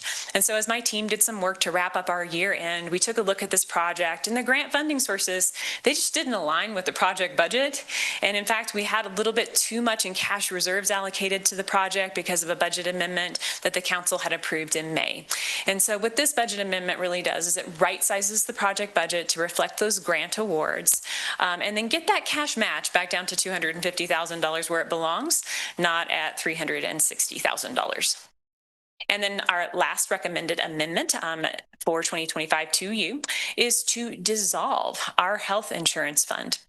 Some of you we're familiar with the health insurance fund. We were self-insured for many years. And in August of 2023, we moved our health insurance to the state of Wyoming's Employers Group Insurance Plan. I'm glad I got through saying that.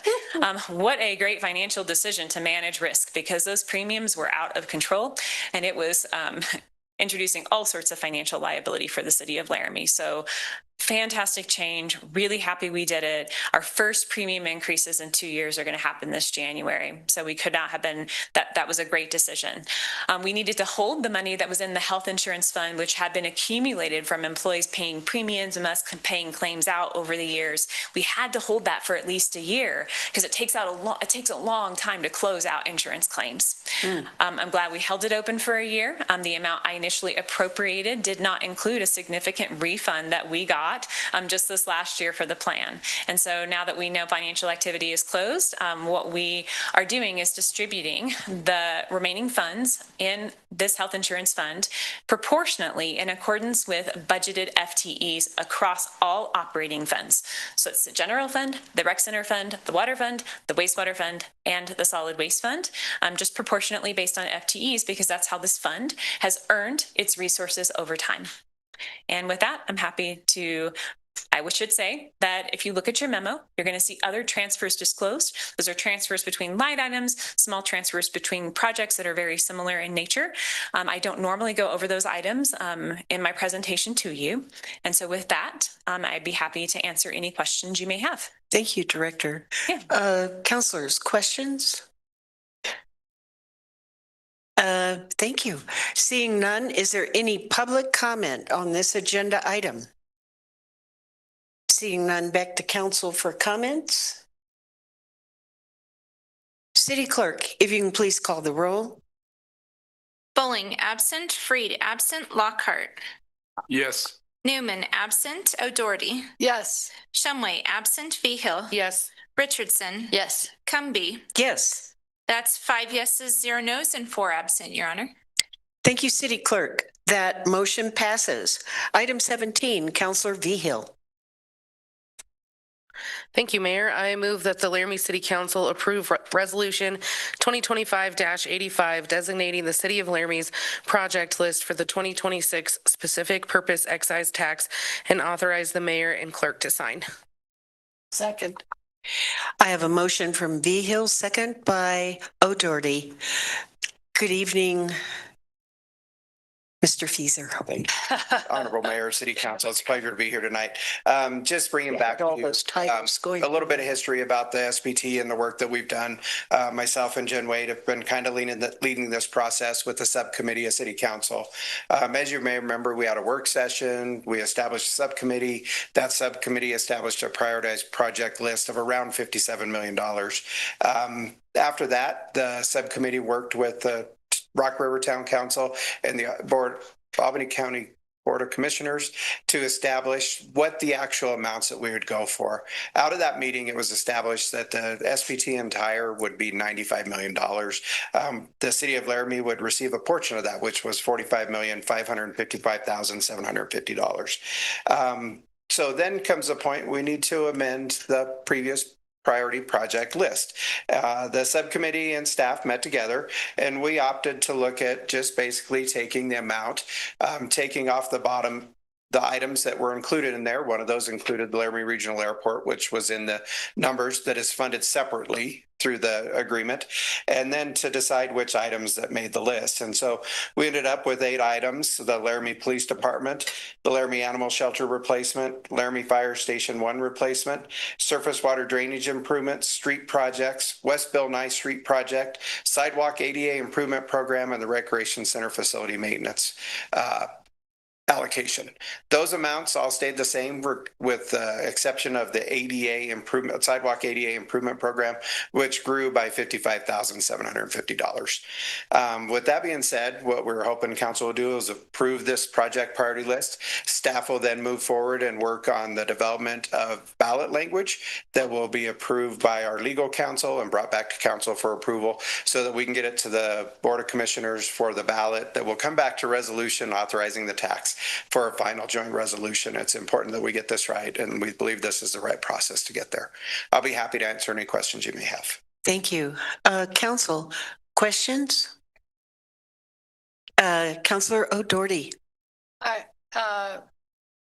Feaser, yeah, whatever. Mr. Feaser, would you tell us what happens if, so the amount that you estimate for the remodel of the police department or the animal shelter, that kind of thing, if we manage to go under budget on those things, does that money just go away? How does that work? Because I heard a lot of talk about specific purpose tax that we just were dealing with. So, Honorable Mayor, through you to Councilor Doherty, the way that the tax is structured is that the amounts that are funded are allocated to specific projects. And by statute, any funds raised for that specific project have to be spent on that ballot initiative. Case in point, if the Laramie Police Department project came in at $11,750,000, we would have $250,000 that we need to continue to spend on the Laramie Police Department project, and the ballot language have to be crafted as such so that we can have expenditures that go into equipment or supplies, something like that, that provide for furniture, something that continues to provide for the police department can be spent in that allocation. In fact, I believe, and Director Wade may correct me, the City Hall project that we're currently working on had budget funds from 2010 specific purpose tax ballot that we were waiting and sitting on for a project at City Hall remodel that met the intent of what that specific purpose tax ballot was used for. So I hope that clears that up for you, Councilor Doherty. Follow up. and my understanding is that you were conservative, like you're estimating, your estimates of what these projects are gonna cost are based on real estimates, and that we're not estimating 15 million when it's gonna, or 12 million for something that might end up being 7 million. We're trying to do it really close to what we think. But as far as the streets, we're going to list a lot of streets again so that we have the option to use up all that money if we can get a bargain on. Honorable Mayor, through you to Councilor Doherty. So the estimates are based on real figures about square footage, what we think we need, and how we can get this done. Now, some of this, to tell you the truth, the Laramie Police Department, I think we're significantly underfunded on what we may actually need for the police department. And I expect that the police chief, myself, Director Wade, anybody else involved will be working to try to find grant funds or any other sorts of avenues to continue to build the project out to the need that we need to be. I feel pretty confident in the Laramie Fire Station 1 replacement project as it being a very valid figure. The streets projects is an interesting one because myself and Director Wade are going to be working with our legal counsel to see if there's any way possible to not have to list all the streets and potentially list it as a blanket of any seat, any street, deeded, dedicated, managed, maintained by the city of Laramie. We tried that last time to no avail. We're hoping that maybe we can find some case law where it's been challenged that can actually give us some support in this venue. It's my understanding that the county clerk is also very interested in us finding a way around this because the expense of that large ballot is problematic, and it's also creates a kind of a weird ballot for people to read and is difficult to vote on. So we're really going to try to work as hard as we can. Fortunately or unfortunately, at a certain point, it comes down to risk aversion and what the attorney's recommendation is versus the risk aversion. Because if we do make a mistake and somebody challenges it on it, may render those funds useless and maybe uncollectible, maybe unusable. But we need to be really cautious about how we move forward with this as we process the next election cycle. Thank you. Further questions? Thank you. Thank you. Is there any public comment on this agenda item? Seeing none, back to council for comments. Councilor O'Doherty. I'm glad to hear that the goal with the police department is to remodel. Maybe we could remodel bit by bit and save money, like instead of having to accumulate a lot of money right off the bat and have debt or things like that, that if we can remodel more gradually, that might save us debt. I don't know. It sounded good to me personally, the way I would manage is that. Yeah, thanks. Got to think about inflation too. So further comment, Councilor Lockhart. Thank you, Mayor. Thank you, Mr. Fieser. I just want to thank you for the consideration to have me on that SPEC committee. That was an educational experience, and the experience we had up at the town of Rock River with them and our county commissioners was quite the experience. But I sure enjoyed the bantam back and forth and the working with them, and I'm glad we got it all hammered out. So thank you. Councilor Vigil.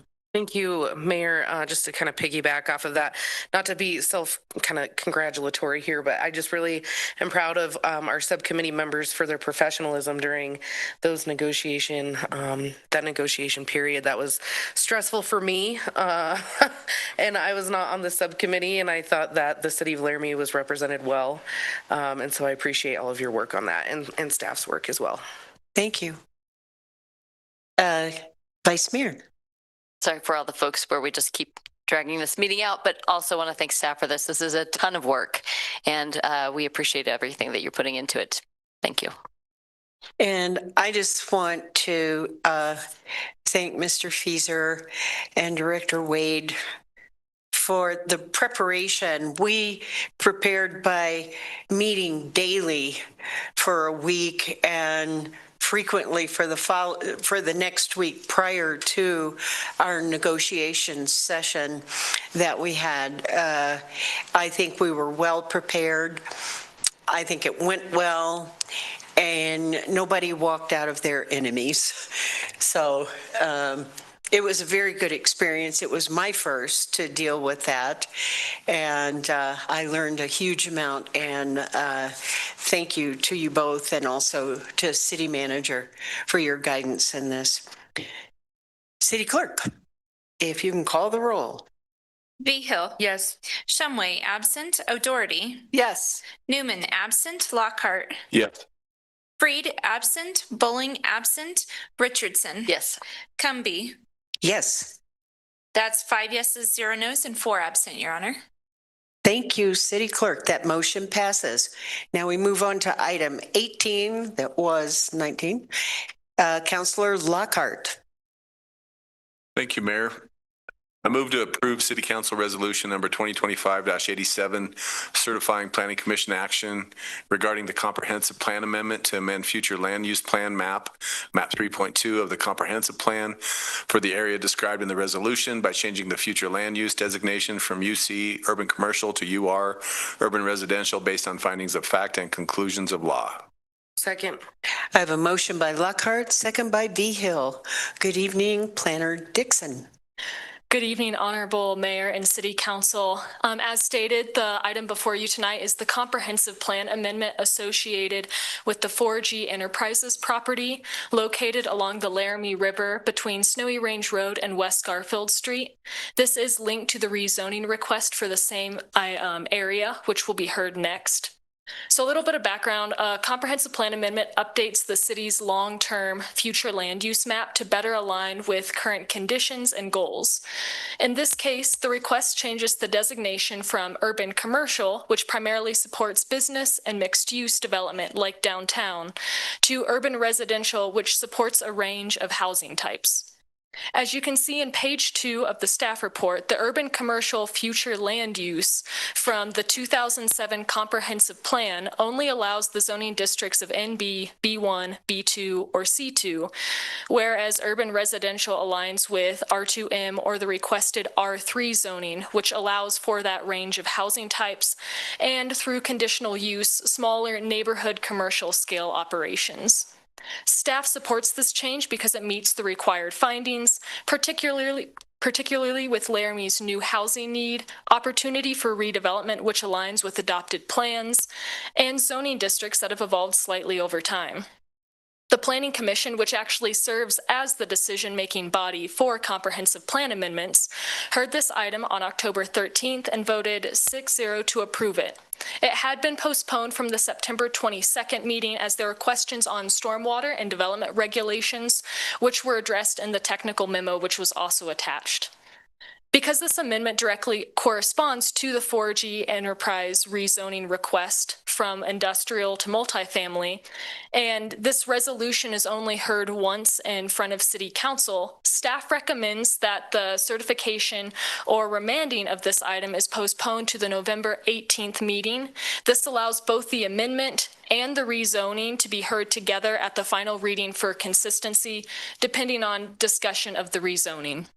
And I would now open it up to any questions. Thank you.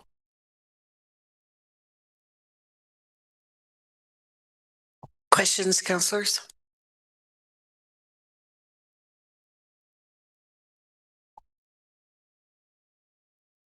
So you're recommending that we postpone this to the November 18th meeting. November 18th. And that'll also be the third and final reading of the rezoning unless that gets postponed.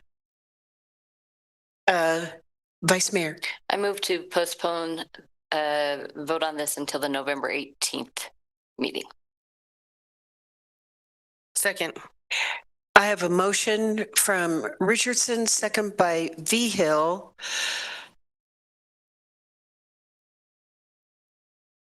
So to postpone vote on this agenda item until the 18th. So do I have any public comment on this amendment or this motion to postpone?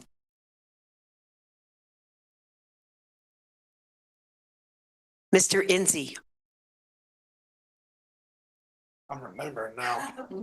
Mayor Cumby, members of the council, LCBA stepped in as the applicant on this to really stand in the space for this housing need that we're falling behind, and it's going to make it even harder to recruit new companies to town or companies that exist here to grow. We fully support the postponement to preserve the landowner's ability, should the rezoning not go through, to be able to proceed with their property as zoned currently. Thank you. Thank you. Final, any other comments? No. Any comments? City Clerk, if you can call the roll, and this is on the motion to postpone. O'Doherty. Yes. Shumway absent. Vigil. Yes. Lockhart. Yes. Newman absent. Bowling absent. Freed absent. Richardson. Aye. Cumby. Yes. That's 5 yeses, 0 nos, and 4 absent, Your Honor. Okay, that motion passes, and this item is postponed to November 19. Item 19, Councillor Lockhart. Thank you. It was Thank you, Mayor. 20. No, Yeah. it's 19. Okay. I move to approve original ordinance number 2112 on first reading, establishing the R3 multifamily residential zoning district for 2 parcels of approximately 33 acres located between Snowy Range Road, West Garfield Street, and the Laramie River in accordance with findings of fact and conclusions of law. Second. I have a motion from Lockhart, second from O'Doherty. Planner Dixon. Good evening, Honorable Mayor and City Council again. The next item is a request to rezone approximately 33 acres of land owned by 4G Enterprises and a small, directly southern parcel from I-2 industrial to R3 multifamily. We just went over the linked comprehensive plan amendment, and that amendment provides the policy framework for the rezoning, but tonight's action concerns the zoning map change itself. So moving on to the property context, this site lies in the east side of the Laramie River, bounded by Snowy Range Road to the north and near West Garfield Street to the south, with the small 1-acre southern triangular parcel recommended for inclusion so that the zoning boundary remains clean and logical as the city has strived for. Historically, this property served the Union Pacific Railroad as part of its industrial complex. 4G Enterprises purchased the property in 1988, and it has remained mostly vacant since then. Through the Brownfield program, starting in 2018, site assessments were completed. These investigations confirmed that the property is suitable for redevelopment. Brownfield's program is a federal initiative that helps communities test potentially contaminated properties to make sure that they are safe for reuse. And then going into why rezoning is being considered. The existing I-2 zoning would allow for a range of heavy uses, manufacturing both light and heavy, fabrication, adult uses, warehousing, storage by right. If you want the full list, I'd definitely recommend checking out Table 1510 of the use. That'll list all of the uses available both in R3 and I-2. And all of these uses again, are by right and could be permitted through an administrative site plan review with no public hearing unless the owner wished to subdivide the property into multiple industrial lots. Given the site's proximity to the West Side neighborhood, Optimus Park, and the Laramie River corridor, maintaining industrial zoning could introduce noise, traffic, and health conflicts inconsistent with surrounding development patterns. By contrast, R3 multifamily zoning supports a mix of attached and detached housing, from single-family townhomes to apartments, while still allowing those certain low-intensity commercial neighborhood operations by conditional use permit. It provides transitional and compatible land use pattern between existing residential neighborhoods to the east, separated by existing parcels, and the recreational corridors along the river to the west and commercial to the north. Rezoning does not approve any specific use, it only sets the range of possible uses. We also have a rare opportunity where private initiative is aligning with public need, and the owner is voluntarily requesting to downzone their property into a more restrictive district. So getting into consistency now with adopted plans, the proposed R3 zoning and its corresponding urban residential land use category are consistent with multiple adopted city plans. There is the Housing Study and Action Plan of 2030, which documents a need for several thousand housing units and utilizing infill parcels. Infill means reusing vacant or underutilized land already within the city limits instead of expanding, which can save potential infrastructure expansion costs. The Thrive Laramie Economic Development Plan also identified housing and was one of the 6 key barriers to business growth and workforce retention. We already just discussed the Brownfield Redevelopment Plan, and then also the West Side Vision Study confirmed residents' desire for housing with neighborhood scale, connectivity, and floodware design. The most recent Wyoming statewide housing need shows Albany needing 2,500 to 3,700 units by 2030. So R3 again supports those complete neighborhoods where people can live near parks, trails, and services. And together these plans show a shift in public policy towards supporting residential reinvestment rather than renewed industrial activity. Public notice was mailed to surrounding property owners within 300 feet, posted on site, and published in the Laramie Boomerang. Staff would like to acknowledge the thoughtful public participation throughout this process. Comments have covered drainage, traffic, and housing scale, with residents and business owners expressing a range of perspectives, from support for additional housing to concern about neighborhood compatibility. All feedback was incorporated into the staff review and is summarized in the report. The Planning Commission held a public hearing on September 22nd and recommended approval of the rezoning on October 13th, as it had also been postponed for that technical memo. The commission also supported including that small triangular parcel to the south in the rezoning as well. And with that, I would like to open it up to any questions. Thank you. Councilors, questions? Thank you very much. And seeing none, I'll turn it to public comment on this agenda item.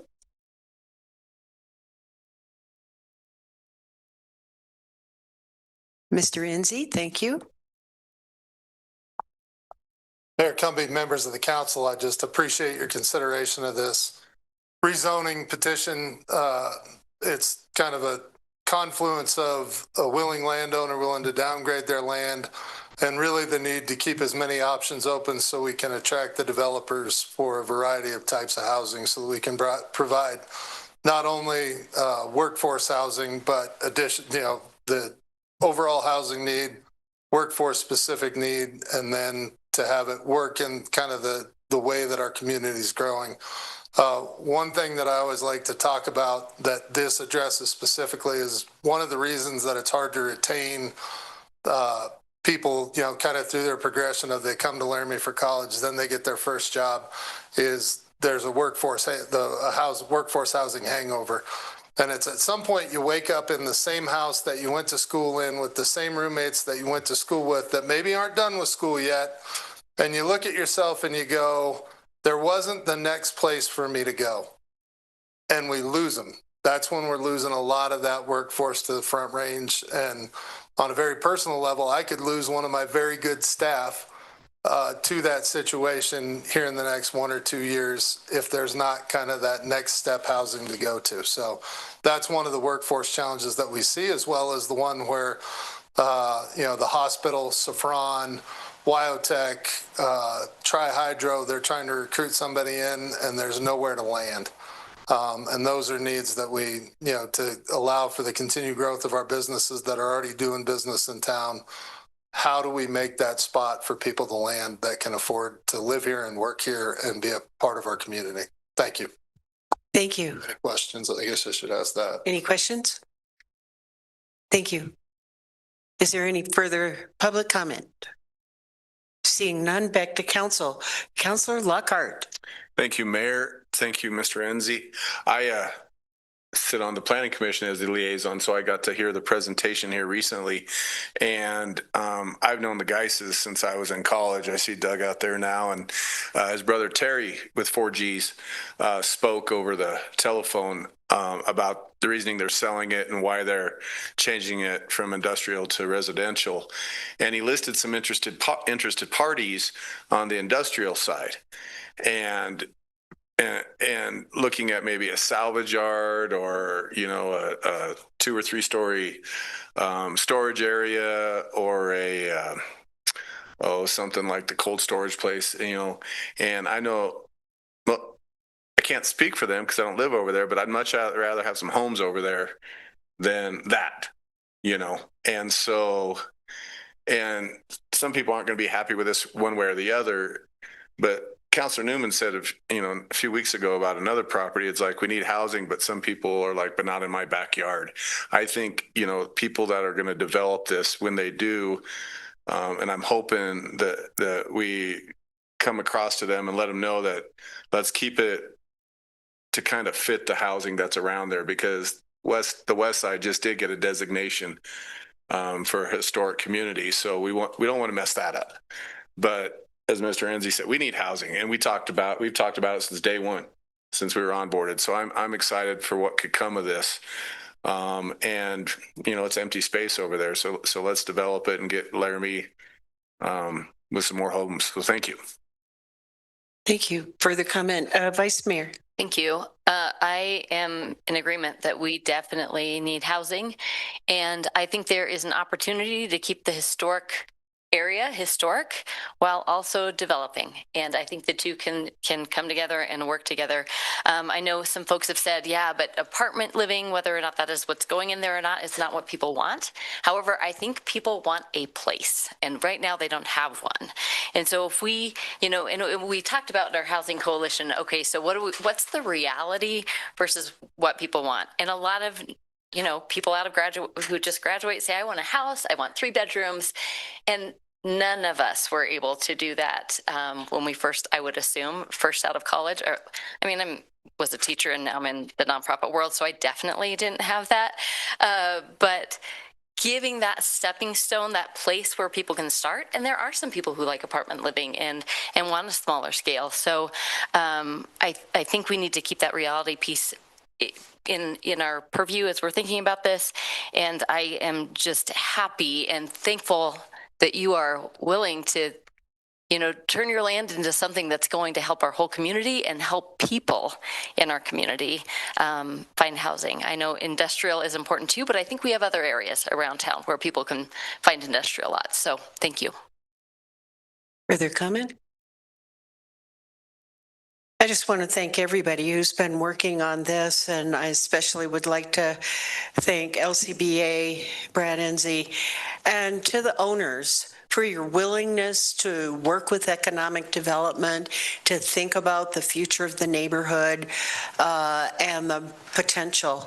I think it's very meaningful and important what you've done in working with everybody. And I know it's been a lot of work for you and kind of a drawn out process. And I'm hoping we're getting to the final result in the next 3 weeks or next 3 sessions. So thank you. This is something I've really thought about quite a bit, what industrial could do to the future of that historic neighborhood, and for us to expand residential where it's close to amenities, it's close to a park. It's just an ideal situation. So, City Clerk, if you can call the roll, please. Bowling, absent. Freed, absent. Lockhart. Yes. Behill. Yes. O'Doherty. Yes. Newman, absent. Shumway, absent. Richardson. Yes. Cumby. Yes.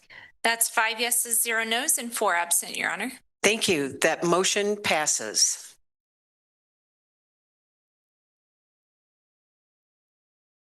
And next, I'll wait a second.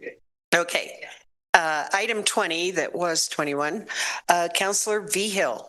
Thank you, Mayor. I move to approve original ordinance number 2113, placing a temporary moratorium for up to 90 days on issuance or acceptance of new general contractor licensing and addressing appeals, declaring an emergency, providing for an effective date and a time for termination in accordance with findings of fact and conclusions of law.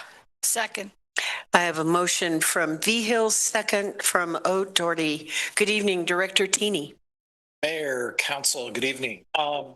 The item before you is related actually also to the next item that's on your agenda. Before you is a request to place a temporary moratorium for up to 90 days or until the ordinance, which is the next item, is approved or not approved. This moratorium is specifically related to acceptance of new or issuing new contractor licenses. So this doesn't affect any existing contractor licensing or renewals or anything like that. The purpose of this is we recently received a application for a general contractor licensing or a general contractor license that we believe kind of exposes a loophole in some of the language that we have. And really what it comes down to is it allows for the required years of experience that you all passed for our general contractor licensing and it does not specify exactly what type of experience that is. I'm going to simply put it this way. Someone with fencing experience of 7 years, because they have 7 years of general contractor experience under our code, can apply to become a general contractor and build the dorms.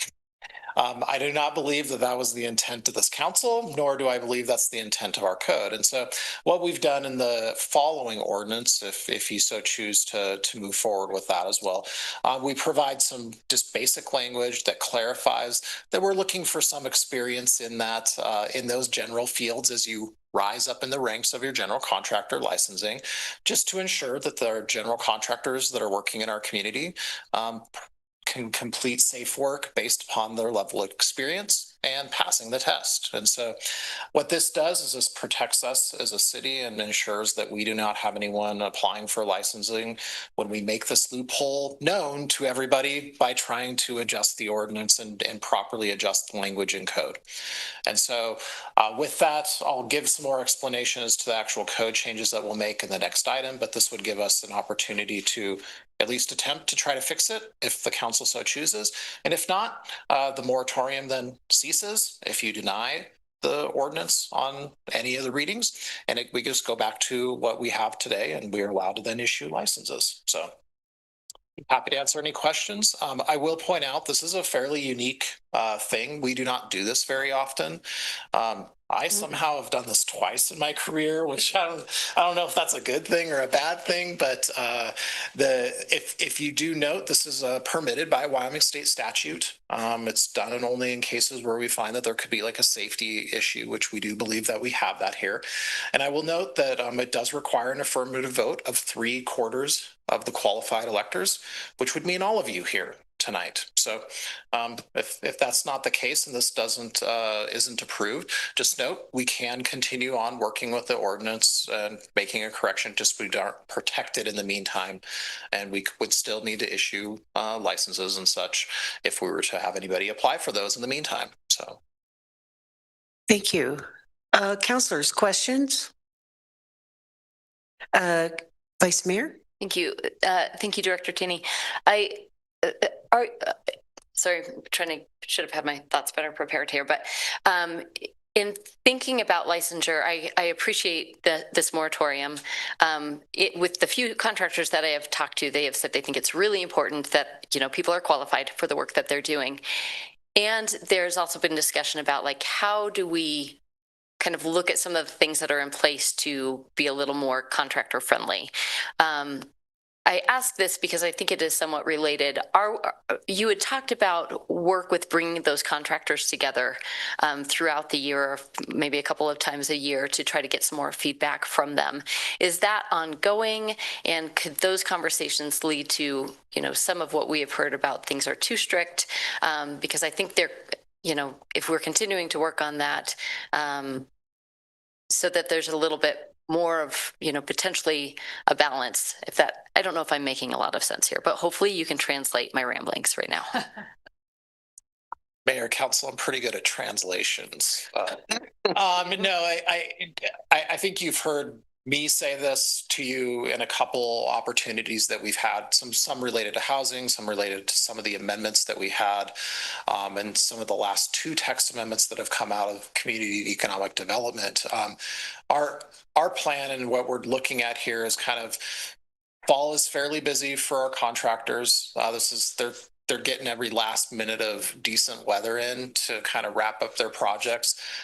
We're kind of looking here at the, kind of in the holiday season, kind of as we approach the winter here, of holding one of these next meetings, which I think, as I've expressed to you, that our intent is to kind of meet with the contractors to find out where some of the areas in building code specifically we may be able to look at to try to help kind of improve the situation in which they work in consistently day to day, and which is those international building codes. And generally what I would say is, yes, some of those I think we can find ways to probably make some improvements. Some are safety things that we may have to have some hard conversations about, but I think that that's something we want to do, and that's something that we've expressed to the council, and that's kind of when we're looking at doing it, is in the next probably couple months, really. So I will note our chief building official, Lucas Witt, is also here. If you have any questions for him, he's hanging out in the back, so just waiting for this item. So Council, further questions? Okay, thank you. Is there any public comment on this agenda item? City Clerk. Mayor, we have Tom Mattamore online. Okay, yes.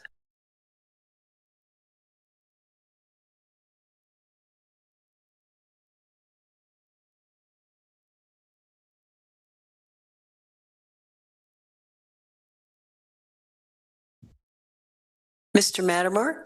Yes, can you hear me now? Yes, sir. I am not too familiar with this, but I have some concerns about this, and perhaps the ordinance, and I will look at it some more. Having been a general contractor in my previous life, I look at it this way. The contractor ordinance is fine when you're trying to deal with a qualifying party who's actually building a house or home or a fence or whatever, and he should have experience in what he's doing. But when you start getting into larger construction projects, you start dealing with no qualifying party. The qualifying party doesn't really know the code. He's not a walking code book. What a qualifying party does when he takes the test is prove that he knows how to use the code and to look things up in the code. But if you're building the dormitories, the qualifying party has very little to do with the code. The qualifying party hires architects and engineers, inspection companies and agencies who do slump tests, do cylinder tests on the concrete. You know, it's more a matter of money management than it is dealing with the code. So if you've got a general contractor who may not be specifically familiar with tilt-up, precast concrete, or steel erection, that doesn't mean he can't do the job, because it's a big enough job, he's going to hire competent contractors. You're not going to, if you're building a 120,000 square foot warehouse, you're not going to get a bunch of guys from out in front of the Home Depot, give them some spud wrenches and a crane and tell them this is what you're going to build. You're going to get decent people to do it. So you're not so worried about the code and the safety aspects. I could see you want experience and some qualification to go with it, with the license and with the project, but I can see you going overboard with regulation on this. And that's just from my personal experience. That's what I've got. I'm trepidatious about it at best. Thank you. Thank you, Mr. Mattamore. Is there any other public comment on this agenda item? Seeing none, back to council for comments. Councillor Lockhart. Thank you, Mayor. Thank you, Director Taney. I'm kind of pro on this just because, you know, the example you had given, Mr. Taney, and I'm building a building right now, and it's my second one. And we built a house, 8 years ago. And I'd hate to get someone, because I'm always asking for recommendations, and if I get 5 or 6 or 7 on something, talk to a couple people. But, I've done that just on handyman jobs, and a guy comes in, he's a licensed contractor, and he does a cruddy job, and it costs me money. So when you get into a bigger project, say you are building a home or, a coffee shop, and you get a guy out there that acts like he knows what he's doing, but the next thing you know, it's not passing code. And then it's costing you more money. And, sometimes it could be a possibility. You got to hire a whole new contractor to get started. And you may have run out of money. Who knows? So I don't want to, make the regulations so you don't get anybody in here. But I do believe that you have to have some qualifications before you can start building, substantial type of projects. So from what I've read through this, I'm pro. Thank you. Further comment? Vice Mayor? Thank you. And I think that kind of comes back to the question that I was asking you, because I similar to what you're saying, you want quality and you want to make sure you can count on the person who's coming in. And if we are working on in other areas where we can make the contracting work and make adaptations that make building easier at the same time, I think that's a nice kind of doing a little bit of both to try to solve the problem. So addressing the quality on one side and then the accessibility of contractors on the other side is good for me. Makes me feel better about voting for this. Further comments? I'm also in favor of this. I have talked to several contractors, actually 3 to be exact, and each was positive about this move. And on a personal note, I have an older home in the tree district, and I recently found out that none of my electrical work is up to code and was not done properly. So I'm about to put out quite a bit to get all of that fixed. And it's going to be a lot more complicated now than it would have been to do it properly in the beginning. So I think you make a good point, Councillor Lockhart, about if you get into something and there are issues there, it can cost a huge amount to try to rectify everything. So I'm going to support this. City Clerk, if you can please call the roll.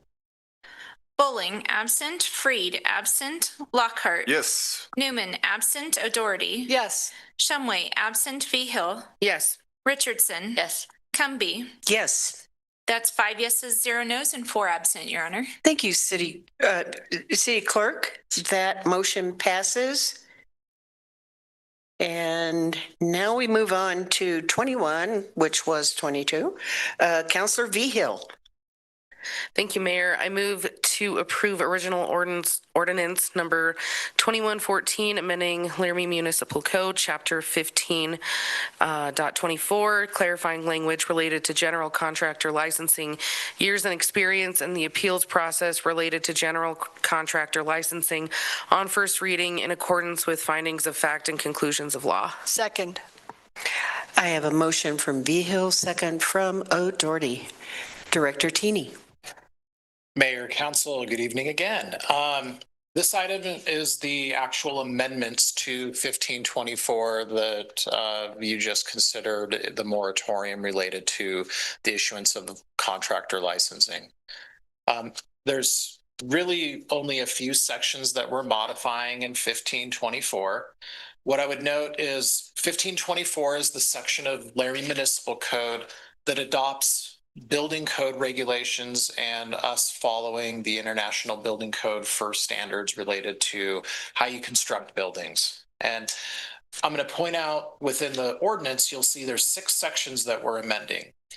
If you're looking at the ordinance, there is section 1, section 2, and section, and section 6. Those 3 sections there are mostly related to the appeals process. As we mentioned when we were looking at this, and the question came up, if somebody applies, what's the process if the city of Laramie denies that? It wasn't exactly clear that it goes to the Building and Fire Code Board of Appeal. What we wanted to do is just make that clear. So you'll see that language mostly in section 6, but there's a few ties to in those other 2 sections there that are found in the ordinance. And so that's what you're seeing there. Simple clarity language to just make sure that the applicant knows or the citizens know that when they read this section, that's where an appeal would go. So when the building official makes the determination, where does it go if they don't agree? We always have those processes, those appeals processes, so that people, if they don't agree with us, they can go to the next step, right?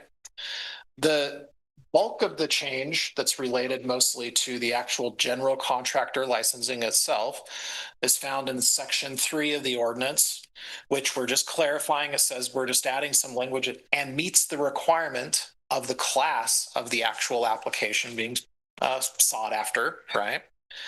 And then in section 4, what you'll see is there's the multiple licenses that you can apply for. So there's A, B, R, and C. And basically what we say is we added in language is that that you are needing to have a certain amount of experience, which we're not increasing. So you still have, so for instance, I'm looking at Class A here. Class A general contractors must prove 7 years of experience. So we're not changing the total experience amount, but we're just saying that a minimum of 4 years on projects that demonstrate the skill and proficiency of a Class A license. What that shows is that they may still have some other general contractor license, which we want them to apply to that. That seems reasonable as they build up their experience in the general contracting world. But we want it to be clear that you need to have some experience in that Class A, so you are qualified for that. And then we have not changed any of the passing of the required tests that were approved originally when we adopted this. And so you'll see, just as you go through, the exact same kind of pattern was placed for each of the different Class A, B, R, and C, just so that so it's clear that we're looking for experience in that license class type. So with that, fairly straightforward changes, we believe, but we think it just provides that clarity language and ensures that we're getting people that are properly qualified to do the work within those licensing. But once again, we're not making more years or doing anything like that, but just clarifying that language. I would be happy to answer any questions. Also, our chief building official, Lucas Witt, is also here to answer any questions. And with that, I'm done. Councillor O'Doherty. I remember when we were creating this, I was, like I did it. Anyway, it was really the qualified supervisor of record is the person that has to have that experience, right? So what Mr. Mattimore was concerned about, the example that we had was Todd and Malia were going to start a construction company. Well, they don't have the X number of years. You have to have somebody who is your and it could be the contractor, it could be the general contractor, but the general contractor has to have I can never remember all those letters, qualified supervisor of record is the one that has to have. So I think that would assuage Mr. Mattimore's concern. Thank you. Is that right? The person that has to have the experience is the QSOR. Okay, thank you. Positive from Lucas. Councillor Lockhart. Thank you, Mayor. Thank you, Director Taney. Again, I just have a quick question because I'm not a contractor. In section 5.2, I'm always curious, what is the proof of competency requirements? How do they prove it besides a resume? What kind of requirements? Thank you, Mr. Witt. Take a look at for you guys to make sure that it's actually been done and not just notes on a piece of paper saying you did this before. Sure. Good evening, Mr. Witt. Thank you, Honorable Mayor, council members, Councilmember Lockhart. So we have two things that they do. They provide a verification of experience, which is verified by somebody other than themselves. It can be somebody they've worked with. It could be subs they've worked with, maybe a supervisor that they've had over the years. And then I ask for some kind of time span of, say we worked, if we're talking about Class A, maybe they did, we'll just use the dorms. I did the dorms from, 2023 to 2025, and they kind of break down to give us those 4 years, what would be, and that's kind of what we go off of. It can be broken down. A lot of them will submit, maybe were on one project or for like a year. There might be multiple, but you might have one where they do have like 2 or 3 because they worked on bigger projects. Okay. Sure. Yeah. Mm-hmm. Further questions? Okay. Is there any public comment on this agenda item? Seeing none, back to councilors for final comments. City Clerk, if you can please call the roll. O'Doherty. Yes. Behill. Yes. Lockhart. Yes. Bowling, absent. Freed, absent. Newman, absent. Shumway, absent. Richardson. Yes. Cumby. Yes. That's 5 yeses, 0 nos, and 4 absent, Your Honor. Thank you, City Clerk. That motion passes. I think we'll make it. Item 22, is there any public comment on non-agenda items at this time? Seeing none. Counselors, consideration of future council work sessions? Vice Mayor. Thank you. It's more of a question when thinking about the SPUT.